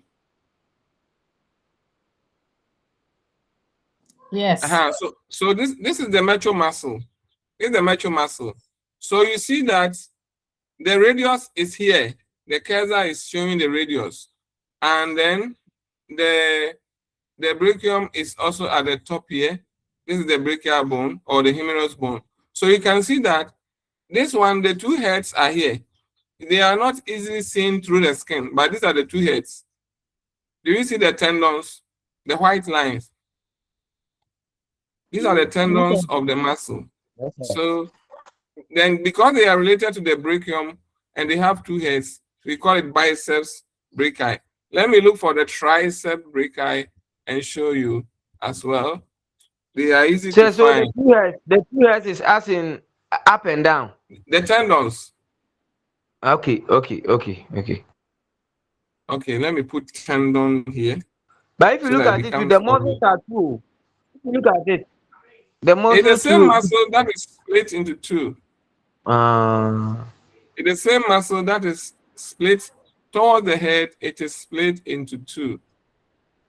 I'm not getting a very good picture of biceps brachii tendon. Let me write head. Let me see if it will come nicely. They are not giving me any nice diagram that will show all the three heads. Anyway, let me bring one diagram that may do the work. It's difficult to, because of the way it is in the body. If you don't dissect the body, sometimes it's difficult to see clearly. Even when I did dissection, I did it several times before I could appreciate it well. Because human body is not easy to separate it. Okay, I'm bringing a picture. Then we will see if we will be able to make sense out of it. Okay, so let me put this picture here. Okay, so you see that triceps. Let's look at the first diagram. You see, it is one big muscle, and then the tendon that connects to the elbow or the elbow joint here, and then the tendons of the head. We have one here, we have two here, but the third one is in between the two. There's a small white line here. It may not be that obvious, but that is the third head. The third head is the small white line in between the two, and that is what we call the triceps. The second diagram on to the right shows where there are three labels at the top here in red color. It shows where the first head is, and then the second one is in the middle, and the third one is to the right of the middle one. So that is why we call it triceps brachii. Is it clear somehow to you? Okay. Yeah, let's take it like that. Okay. So in terms of the number of heads, when you say biceps, you have two heads, two tendons. When you say triceps, you have three tendons. Now we have another one, location. Based on location, we can, so even the biceps brachii, though we are using the number of heads for the biceps, but when you look at the brachii here, brachii also tells us that it is located in the brachium. It is located or related with the humerus. So the biceps brachii can be named based on the number of hairs as well as the location. If we look at another one, femur is the thigh bone. Femur is the thigh bone. So there's a muscle called biceps femoris. Femoris, that means that there's a muscle at the thigh that also has two heads. Do you understand? There's a muscle at the thigh that also has two heads. So we call it biceps femoris. And if it's biceps brachii, there's a muscle at the humerus region that has two heads. So in this case, we are talking about both the number of heads and the location. Then we have the gluteus. Gluteus is buttocks. Anytime you hear the Latin word gluteus, we talk about buttocks. And at the buttocks, we have three muscles. At the buttocks, we have three muscles. They are all gluteus. The maximus is the biggest one. Then we have gluteus intermedius. That is the second biggest. And we have gluteus minimus. That is the smallest one. So the maximus is at the outside. I mean, it's the one that really contributes to the shape of buttocks. So if you have well-padded buttocks, well-shaped buttocks, when you pack in a gym, it's nice for us to appreciate. Then you have a very nice. Haribo. Hey, to the glory of God.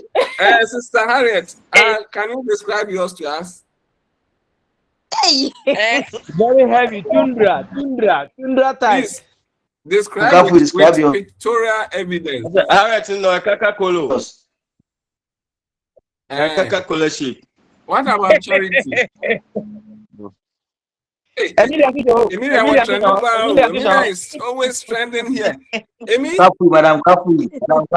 If you see it, you will bow. Emilia's own. We want video, not pictures. We want video. Our class rep also day, Madam Kafu day. Class rep, we don't want to trouble her today, but if you bring her on, then we will invite her to also bring video evidence. Okay, so the maximus gluteus is a Latin word indicating the buttocks, actually. And if you have maximus, we are using to describe the size. That is the big. Maximum means big. So the Latin gluteus maximus, gluteus intermedius, gluteus minimus. Then we can also look at the shape of the muscle. We have muscle that we call rhomboideus. Rhomboideus means it's shaped like a rhomboid. We all know what a rhomboid is. We did a little mathematics. So we name a muscle rhomboideus based on the shape as rhombus. So even if it comes in a question and we say, what is the shape of rhomboideus muscle? You should be able to deduct it from the name, rhomboideus, which is a rhomboid. What is the shape of trapezius muscle?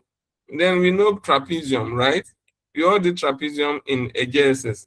So we based on the shape. So sometimes those of us in anatomy, we appreciate anatomy so much because we can relate to shape, structures, position or location, heads. It's easy for us to learn. But I must say anatomy is quite tedious to learn.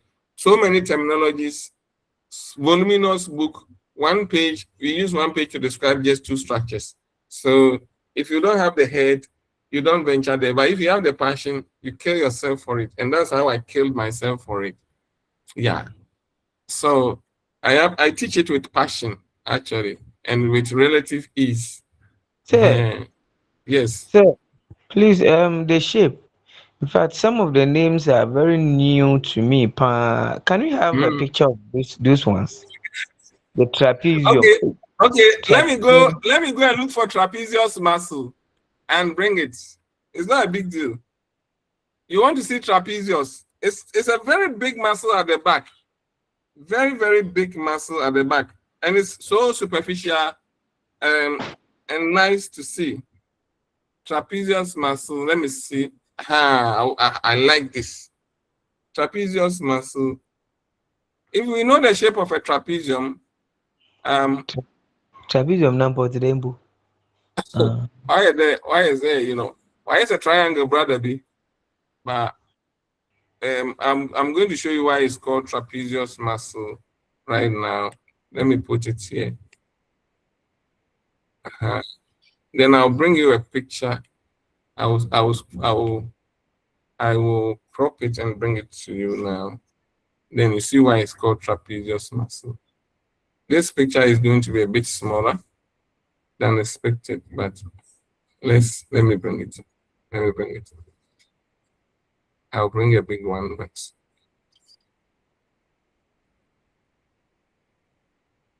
somebody wants to see trapezius muscle. Why not? Let's go back to it.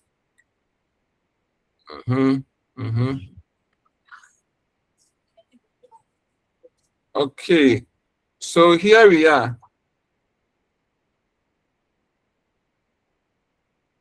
The reason why it is called trapezius, is this diagram visible to you? Please, is it visible? Okay. Yes. Let's go. Okay. So this is the bigger picture to the right is one half of it. Is that to one half, it looks like a triangle. But when you look at both the left and right half, it has four sides. And it's like a trapezium. That's why we call it trapezius muscle.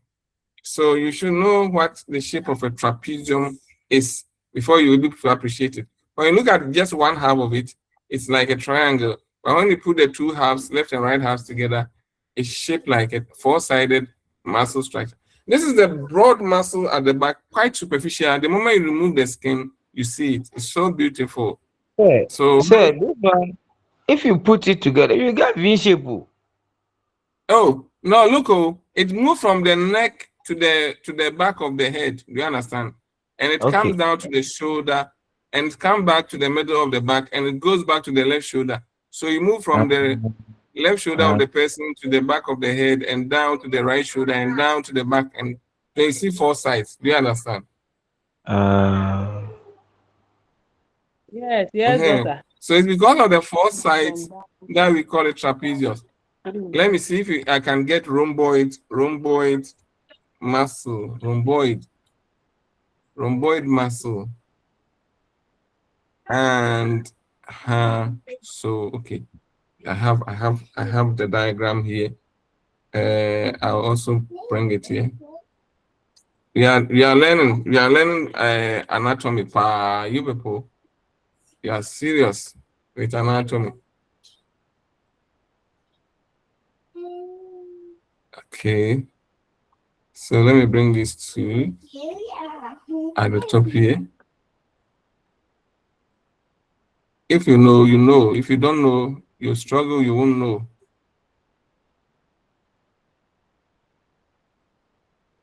So there are other groups. I don't know whether they will have the lecturer also taking time to explain to them like this. Oh, no, your class is very interesting. He doesn't open up like this, you dog. Example, keep quiet, keep quiet, you. I have a question. Okay, so let me show you a rhomboid. We know a rhomboid is a four-sided structure. It's like a rectangle. Rhomboid is a rectangle, but it is tilted. It's a tilted rectangle. So look at this muscle. Can you see this muscle?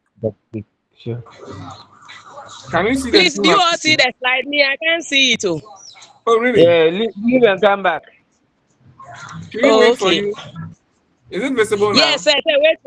Wait for me. We can see, dog. Okay. We are waiting for you. When you come, tell us you are back. Okay, then, dog, I have a question. Sir, Doc. Yes. So this one is the back, right? Or This the is front? Back. The trapezius and the rhomboid are at the back. So at one part, we have both. Yes, we have both at one side, left and right. Whoa. Every muscle in your body is symmetrical. We have one on the left, one on the right, especially the skeletal muscles. Not in left and right too. You see, that's the trapezoid and then the rhomboid all at one place. Oh yes, the trapezius is covering the rhomboid. The trapezius is superficial, so it's covering the rhomboid. That's in layers. It's in layers. It's in layers. So you when you cut through the skin, you will see that the trapezius first. Even before you see the rhomboid, even before you see the rhomboid, you have to remove the muscles at the shoulder blade. Georgina, meet yourself before you come here and talk about your children. So yes, is she back? Yeah, she's back. She's not back, dog. Oh, what happened? Oh, he has joined. He has joined. She has joined. Yes. Yeah, my question. Since we are talking about buttocks here, why is it that some ladies they apply cosmetics on their buttocks and it will become big, and some also apply and it will still be the fian like that? And if they apply the cosmetic and it become big, can they reduce it back? Thank you. Okay. Shampoo. Now those things in doesn't really work. This one, he's talking about cosmetic science. This is anatomy. Okay, now let me explain. Since they are all science, I want to know, and you are talking about buttocks. Okay, listen. When people do the Botox work, the medicine that they inject increases fat in the buttocks. So the fat increases, causing the skin to stretch. Yes, that is what they increase the fat deposition. So just like that, it's not the muscle. As for the muscle, there you have to do gym to increase the muscle mass. When some people are increasing in body size, it's not like they are putting on weight. It's not the muscle, it's the fat in the skin that is being increased, or body fat. Okay, so let's talk about this muscle. The rhomboid muscle is shaped like a tilted rectangle. Rhomboid is a tilted rectangle. That's why this muscle is called rhomboideus muscle. Even there are two. The one at the top here is small, so we call it minor. And the one down is big, we call it major. So if you look at the two diagrams, there are two white lines in one of them and black arrows in the other, indicating the top one is minor rhomboid and the down one is major rhomboid. So I can continue. When she comes, we bring her back. Okay, so we can also look at the size of the muscle. And as I indicated, if it is big, we will call it maximus. If it is intermediate, we will call it intermedius.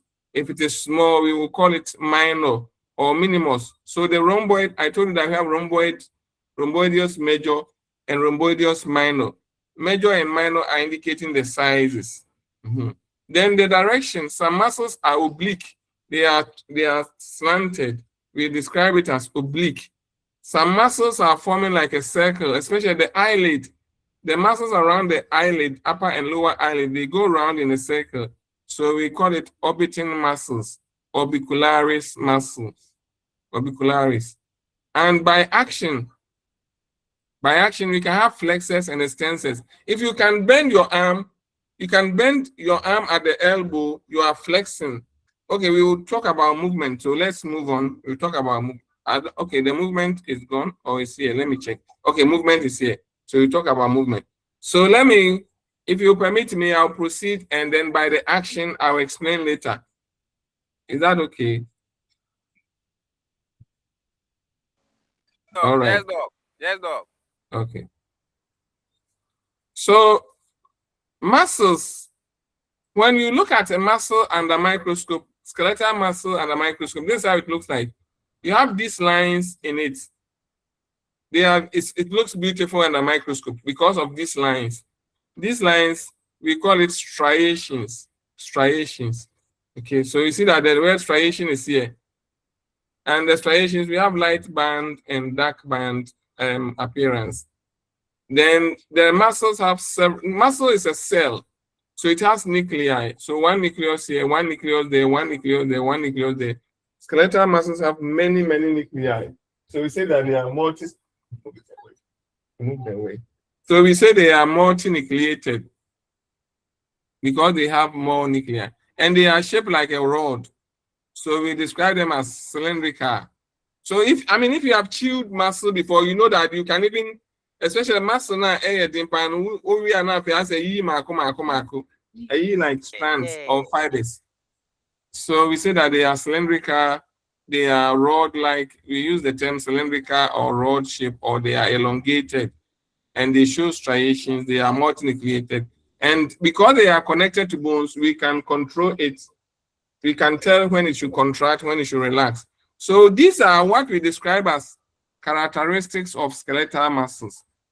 What we have shown here is what we describe as characteristics, that they show striations, they are multinucleated, they are cylindrical, and they are voluntary. You can decide to cause it to contract or not.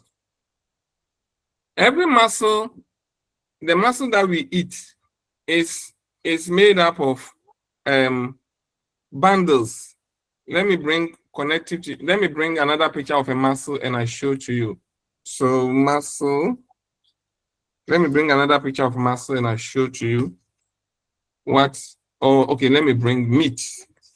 Meat will be fine. Then I bring pictures of meat. Very good. So let me get this picture. Let me get this picture.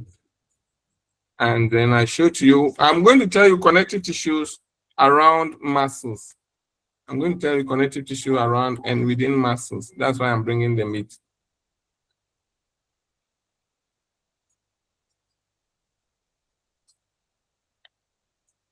Those of us who love meat, this is what we eat every day.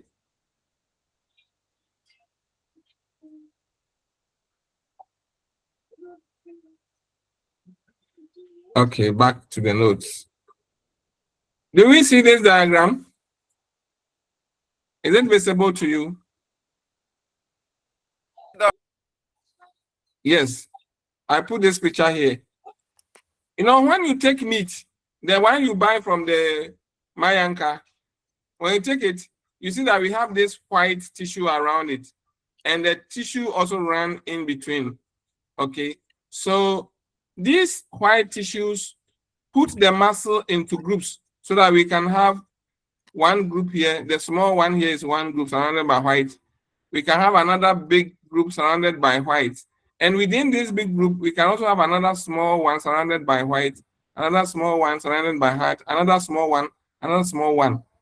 And then when we come to the bigger picture here, we have this big white putting this into one chunk and then smaller. So this is what we call the connective tissue around and within a muscle. And this connective tissue is what I'm going to show you now. So I'm using this diagram to explain to you so that we can go on.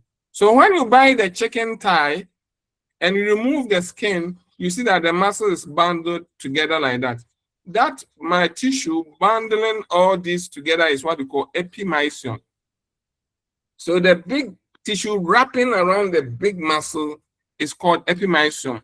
But when you pick one bundle, then you can see that there are several small bundles within. And this bundle here, these bundles within the big bundle, they are called perimysium. The tissue around it, the white around it is perimysium. When you pick one perimysium, you also see small white lines separating the individual fibers, and they are called endomysium. So that is what I use the other diagram to explain. That's what I use the other diagram to explain. So for example, if I should bring it back, can I bring it back? If I bring it back, then you see that the first diagram to the upper right, the white matter around it will be the epimysium. Then if we have 1, 2 lines, we have one big bundle here, we have one big bundle here. This white, separating this into 3 bundles, each white will be the perimysium. But when you come to within, there are small white patches, and they will be called the endomysium. The endomysium. So now, do we have an understanding of the connective tissue around the muscle? Epimysium on the outside, perimysium, the next big wrap, and the endomysium, the small. So each time you are separating muscles, and that is what our mothers used to share meat when they cook, because they know that we have the perimysium, they can easily separate the muscle fibers because of the perimysium and the endomysium. So that's what we do. So whatever we do at home, the science is there, but except that we don't know. But now that you people know, you can explain this to yourself and to your people, why it's easy to separate bundles of meat with hands. Yes. Yeah, so now we know the biceps already. So every muscle has an origin and insertion. So this biceps, it starts from the shoulder. That is the origin of the shoulder of the muscle, and it inserts on the hand or the radius, okay? So we call it biceps brachii. So because the tendon inserts on this, if there's any contraction of the muscle, it will rather move this part. So you can try and do that exercise right now, and you see that it's not easy to move the muscle in at this point or this part, but you move it here. If this part should move, it means the muscle moving it at the shoulder or at the, yes. That is how it is. Muscle, when the muscle originates from the shoulder and it inserts here, it will move this part. When the muscles start from the shoulder here and it inserts here, it will move this part. If a muscle starts from here and it inserts here, it will move this part. That is what we need to understand. So at the point of origin, basically there's no movement. A muscle does not cause movement at the origin, but the muscle causes movement at the insertion. So we can try this and you understand. Please, is it clear to us all? So every skeletal muscle has origin and insertion. Movement occurs at the insertion. No movement occurs at the origin. That's what we need to understand. Yeah. So the muscles that are attached to the axial skeleton, we call them axial muscles. And the muscles that are attached to the appendicular skeleton, we call them appendicular skeleton. So the muscles of the thigh, the muscles of the leg, they are all appendicular skeleton. In the upper arm, the biceps brachii, triceps brachii, all the muscles from the elbow to the hand or to the wrist, and from the hand to from the wrist to the palm, within the palm, they are all appendicular skeleton. But if there are muscles attached to the head, they are axial skeleton muscles. If there are muscles attached to the ribs, they are axial skeleton muscles. That is what it means. So we can also look at the bones that the muscles are attached to, and we can classify the muscles simply as such. So, okay, I have mentioned action of muscles, that action of the muscle occurs at the insertion, but not the origin. So when muscles contract, they pull a part of the body. When muscles relax, the body part also relaxes. That is what we need to understand. So contraction causes movement. So let's look at the kind of movements that we can perform. Let's look at the movement that we can perform. So you see that for the first two movements, we have duction. The first one is abduction. The second one is what? Adduction. What does it mean? We can do the exercise. If you stand and your hand by your side, like this lady, this arm is by her side. If she moves the arm away from the body, if she moves the arm, look at the blue arrow. If she moves the arm from the body, that movement is called abduction. That movement is called abduction. But if she brings the arm to the body, then she is adding the arm to the body. So we action. Let me explain again. If you are sitting down or you're standing there and your arm is by your side, and you move it away from the body towards the side, like this one, the blue arrow, is called abduction. But when you bring it to the body, you are adding it to the body, so we call it adduction. Adduction. Is that one understood before I move on? Abduction, adduction. Okay, now let's call, as for rotation, we all know rotation. If you put your hand by your side and you turn it towards the left, you have rotated. You have rotated it. If you turn it inside towards your thigh, you have also rotated it. So rotation is you are moving around a central point. And in this case, the central point is the shoulder. So it's not that you are moving the body away or not. The arm is by your side. Or even if it moves a little bit from your body, you turn it. If you turn it so that the thumb moves towards the thigh, you are turning it medially, so it's medial rotation or internal rotation. If you turn it so that the thumb moves away from the thigh, then it is lateral rotation. So rotation is just movement of the hand or the leg, either inward or outward. That is the rotation. So you can stay in the house and do that rotation right now, or you teach your child to do it, then you learn. Now we have something called flexion and extension. Flexion means you are bringing two parts together at the joint. So if I move my arm so that the macho muscles come together like this diagram, you see this diagram, the first one, the person moves the arm forward, is flexion. If you move it backward, it's extension. Even if you bend your arm at the elbow, it's flexion. If you extend it so that you straighten your arm, is extension. So please, let's do that. Do the flexion and extension and tell us. Flexion means you are reducing angles. If your body and come the way, go to normal. If do we understand? Yes.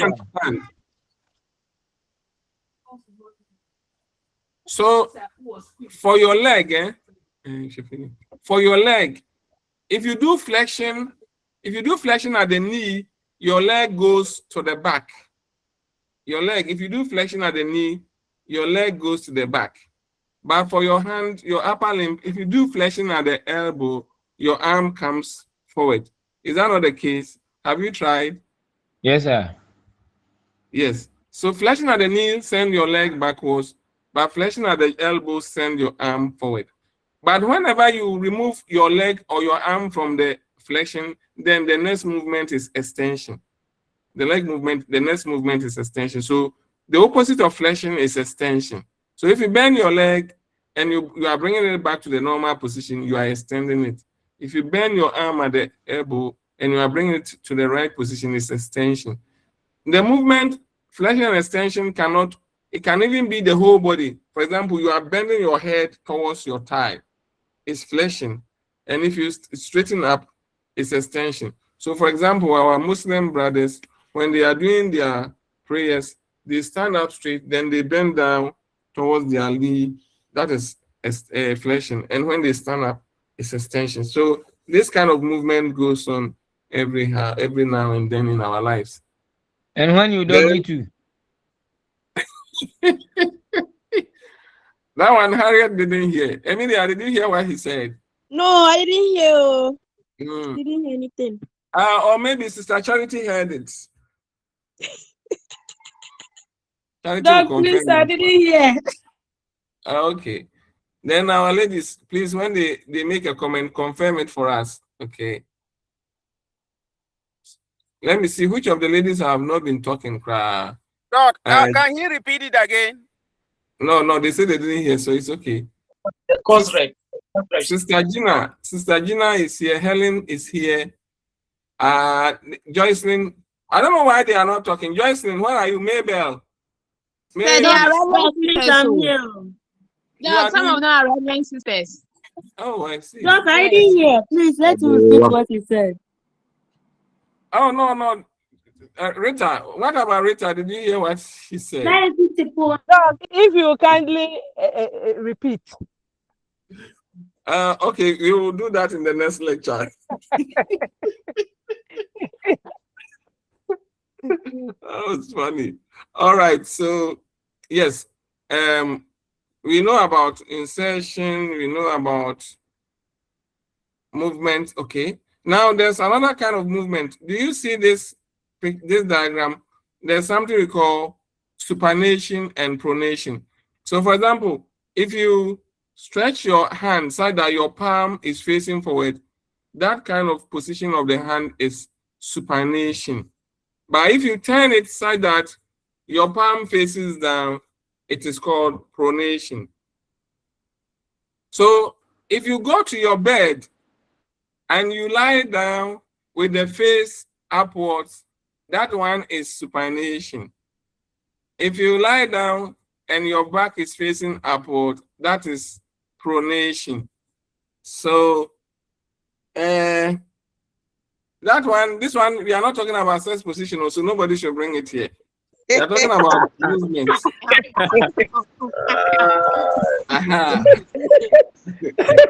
But Doc, you said it yourself. So today, if you go to your room and you sleep at night and your face is looking at the ceiling, you are sleeping supine. The position is supination. But if you sleep facing down so that you are praying, that is pronation. Okay.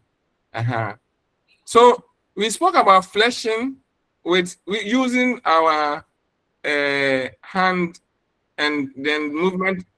Doctor, Yes. please. Doctor, what if when you tilt, so how will you tilt? When you tilt, I don't know. Yes. I don't know. We should give a name for it too. When you sleep sideways or tilt? Yeah, sideways, Okay. sideways. Thank you, sideways. Sideways. If you sleep sideways, I can come and stand in front of you and I'll say supination. And come and stand at your back, I say pronation. It is called sideways. Okay. Okay, please. Everybody should go and get a name for that one. Okay. Okay. So you can do the flexing with your foot as well. We didn't talk about flexing with the foot, so let's look at it. You see this diagram, the person is flexing with the foot. So when the toes are raised up, it's dorsiflexion. When the toes are brought down, it's plantar flexion. Yeah, so that one we can also try this at home. This one that you can try at home. There are things they say don't try at home. Anatomical movements you can try at home. Oh, okay. We have some few slides left, so let's move on. Muscles, based on their action, we have antagonism in the action of muscles. We have antagonism. So look at these two diagrams. You see that the biceps brachii, the major muscles are at the top, and the triceps brachii are down. Okay. So when the biceps brachii moves, it or contracts, it moves this bone. This kind of action is called agonist muscle, or agonist action. Okay, agonist is the primary action, but then the opposite one is antagonist. So when the biceps brachii contracts, it brings about movement of the arm. But when the triceps brachii contract, it brings about straightening of the arm. So the two muscles, their work is in antagonism. They work antagonistically. But if each muscle is working alone, that kind of action is agonist muscle. But if one works and later the other one takes an action, then their action is opposite. So we call it antagonism. That's why we have antagonistic muscles in our body. But if the two muscles are working together to achieve a common goal, then we call that synergistic muscles. So basically, everything that your muscle is doing, each muscle is doing is agonist action. It's a primary action of the muscle. But when another muscle counters it, so that it counters or it overpowers the other muscle, then we call that antagonism. So it happens in our thigh, it happens in our leg, it happens in our chest, our back, everywhere. We have agonist action and antagonistic action as well. It's natural for us to be able to achieve a common goal of movement. Okay, we also have something we call isotonic contraction and isometric contraction in muscles. Isotonic. Oh, I promised that we will finish at 3:15, right? Yes, sir. Oh. Yes, doctor. Please, let's end the lecture here. Next week, we will continue from here. Okay. I don't have to go against my promise. Thank you, Doc, please, a quick question. Continue. A quick question, Yes. please, Doc. Let's continue. This slide. No, we are not continuing. Rita, ask Doc, me a please, question. a quick question. Hello. Yes. So please, now that we are talking about muscles, what causes this muscle pull? Okay, so the muscles can stretch. Muscles can stretch because they are elastic. And when they stretch, they can recall. So let me show this. Let me use this to explain to you. With this contraction, muscles have stretched or pulled to each other. And when you relax, muscles should straighten up. Sometimes the force of contraction is so much that the muscles, they kink, like a knot is tied in the muscle. And when they kink in there, you have to massage it so that they can be released from the kink. And that pain is what we call the muscle pull. So the muscle pull is as a result of kinking. It's just like the rubber band that we use to tie our money. When you forcibly remove the rubber band, you see that it curls up. And you have to take your time to release it. But if you remove it gently and you put it down, it assumes the oval shape. So the way that rubber band curls up or twists around itself when you forcibly remove it, the same way our muscles also twist when you forcibly stretch it. And that is what we call the muscle pull. The pain in it is what we call the muscle pull. That is painful. It's painful because we have to do. It's very painful. Okay. Isaac Mensah. Hello, Doc. Abego, it seems the lecture Yes, 4, Doc. Please hold on, let me listen to Isaac. Skeletal muscle, the slide. Hello. The one I really teach us. I said the Hello. skeletal muscles. Let me listen to Isaac. Isaac, talk. Mr. Tando, mute yourself for me. Isaac, talk. Hello. Hello. Isaac Mensah, we can hear you. No, please, can you use 5 minutes to recap what we have started? Okay, that's a lot of work. I'll see what I can do. Isaac, I've heard you. Gina. Thank you. Gina, talk. Gina, can you hear me? Yeah. Okay. When her network is restored, she can talk to us. Okay, so Rita, your hand is up. Mine is not a question, it's a concern. Okay. Yeah, and it's about this biology that we are doing. You know, from the first semester, we are biology major students. Okay. And it's more like the chemistry, which is our minor. We've been going for practical things on them every semester, every block. But biology, that is our major, which we are going out there to teach. We've not had any practical section on it. It's why I'm asking if this semester, this block, or the next block, we are going to have any practical section based on these topics that we are treating now. We are treating. Yes, okay. And we've done cells and tissue as well. Okay, don't worry. I will ask authorities about it. If they will allow you to come to campus, then I will personally come and face you. Then I will see your faces and I will make a selection of wives. Not a wife, I'll choose wives. King Solomon. Hey, I'm eager to do that.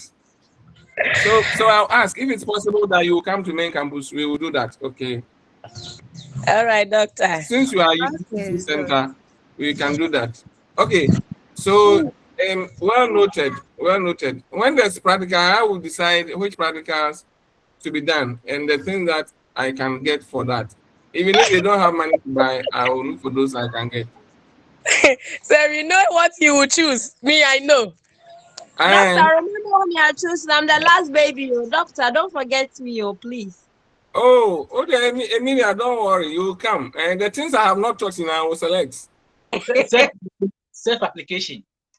Yes, because I want to show things so that I can. And this is anatomy is a naked subject. When you come and I say, even if you don't want anybody to see, let me see, allow me to see. I'm learning. Chineke. I will learn from you. Lovely. Okay. Somebody says I should summarize it. So permit me to summarize it in 5 minutes. Then we can go back next week I'll brush through and I'll go with I'll finish it and we start a new one. Well, so we spoke about muscles and we said they are skeletal muscles because they are attached to bones. And every muscle is attached to bone with a structure called a tendon. And when muscles contract, it brings about movement. So skeletal muscles does a lot of function, help us, like all forms of communication, facial expression, eating, breathing, movement, and also the muscles can be named based on the bones that they are attached to. We can use the names of the bones to name the muscle. We can use the number of tendons it has to name it. We can use where it is located to name it. We can use the shape to name it. We can use the size as maximus, minimus, minor, major, minor. We can look at direction, and we can look at action. Yes, as flexes or extensors. We can look at how they appear under microscope, like they are rod-like or cylindrical. They have several nuclei. They show striations or some lines inside of a microscope. And because they are attached to skeleton, we decide to contract it anyhow. So it's voluntary. And we said that muscles are surrounded by tissues so that we can easily separate them. And the bigger tissue for the bigger muscle is epimysium. Then when we go into, we have small tissue wrapping around bundles, perimysium, and then the smallest muscles are surrounded by endomysium. And we said muscle have origin and insertion, and the contraction brings about movement at the insertion, but not the origin. And we said muscles that are attached to the axial skeleton are called axial muscles, and those attached to the appendicular skeleton are called appendicular skeleton. And then we did a lot of movement, abduction, adduction, rotation, and we spoke about flexion and extension. And we said practice this at home. You are allowed to practice it. So we say when you do sleeping position facing upward, it's supination. When you show us your buttocks, it is pronation. Yes. And then we have agonist and antagonist muscles. So we end here and we continue next week. We have about 7 or 8 more slides to finish this. So next week we will finish this quickly and start a new one. So my dear ladies and gentlemen, I love you all. I will see you next week. I have something to say. Mr. Tando, what did you say? I think the slide you used to teach us for the presentation, I think it's much more arranged than what we have. So I think I'm suggesting you share this one with us. The one muscle, I showed, I can share this, but you see, this one, because I brought some pictures into it, but those pictures I have deleted because if there's no notes on the pictures and you see after some time, it will make no meaning. However, if you want to find this, I will share this with you as well. Okay, thank you. So I have the contact of Charity. I will share with Charity and she will share with the group. Okay, thank you very much. Okay. Then bye-bye, everyone. See you next week. Bye. We love you.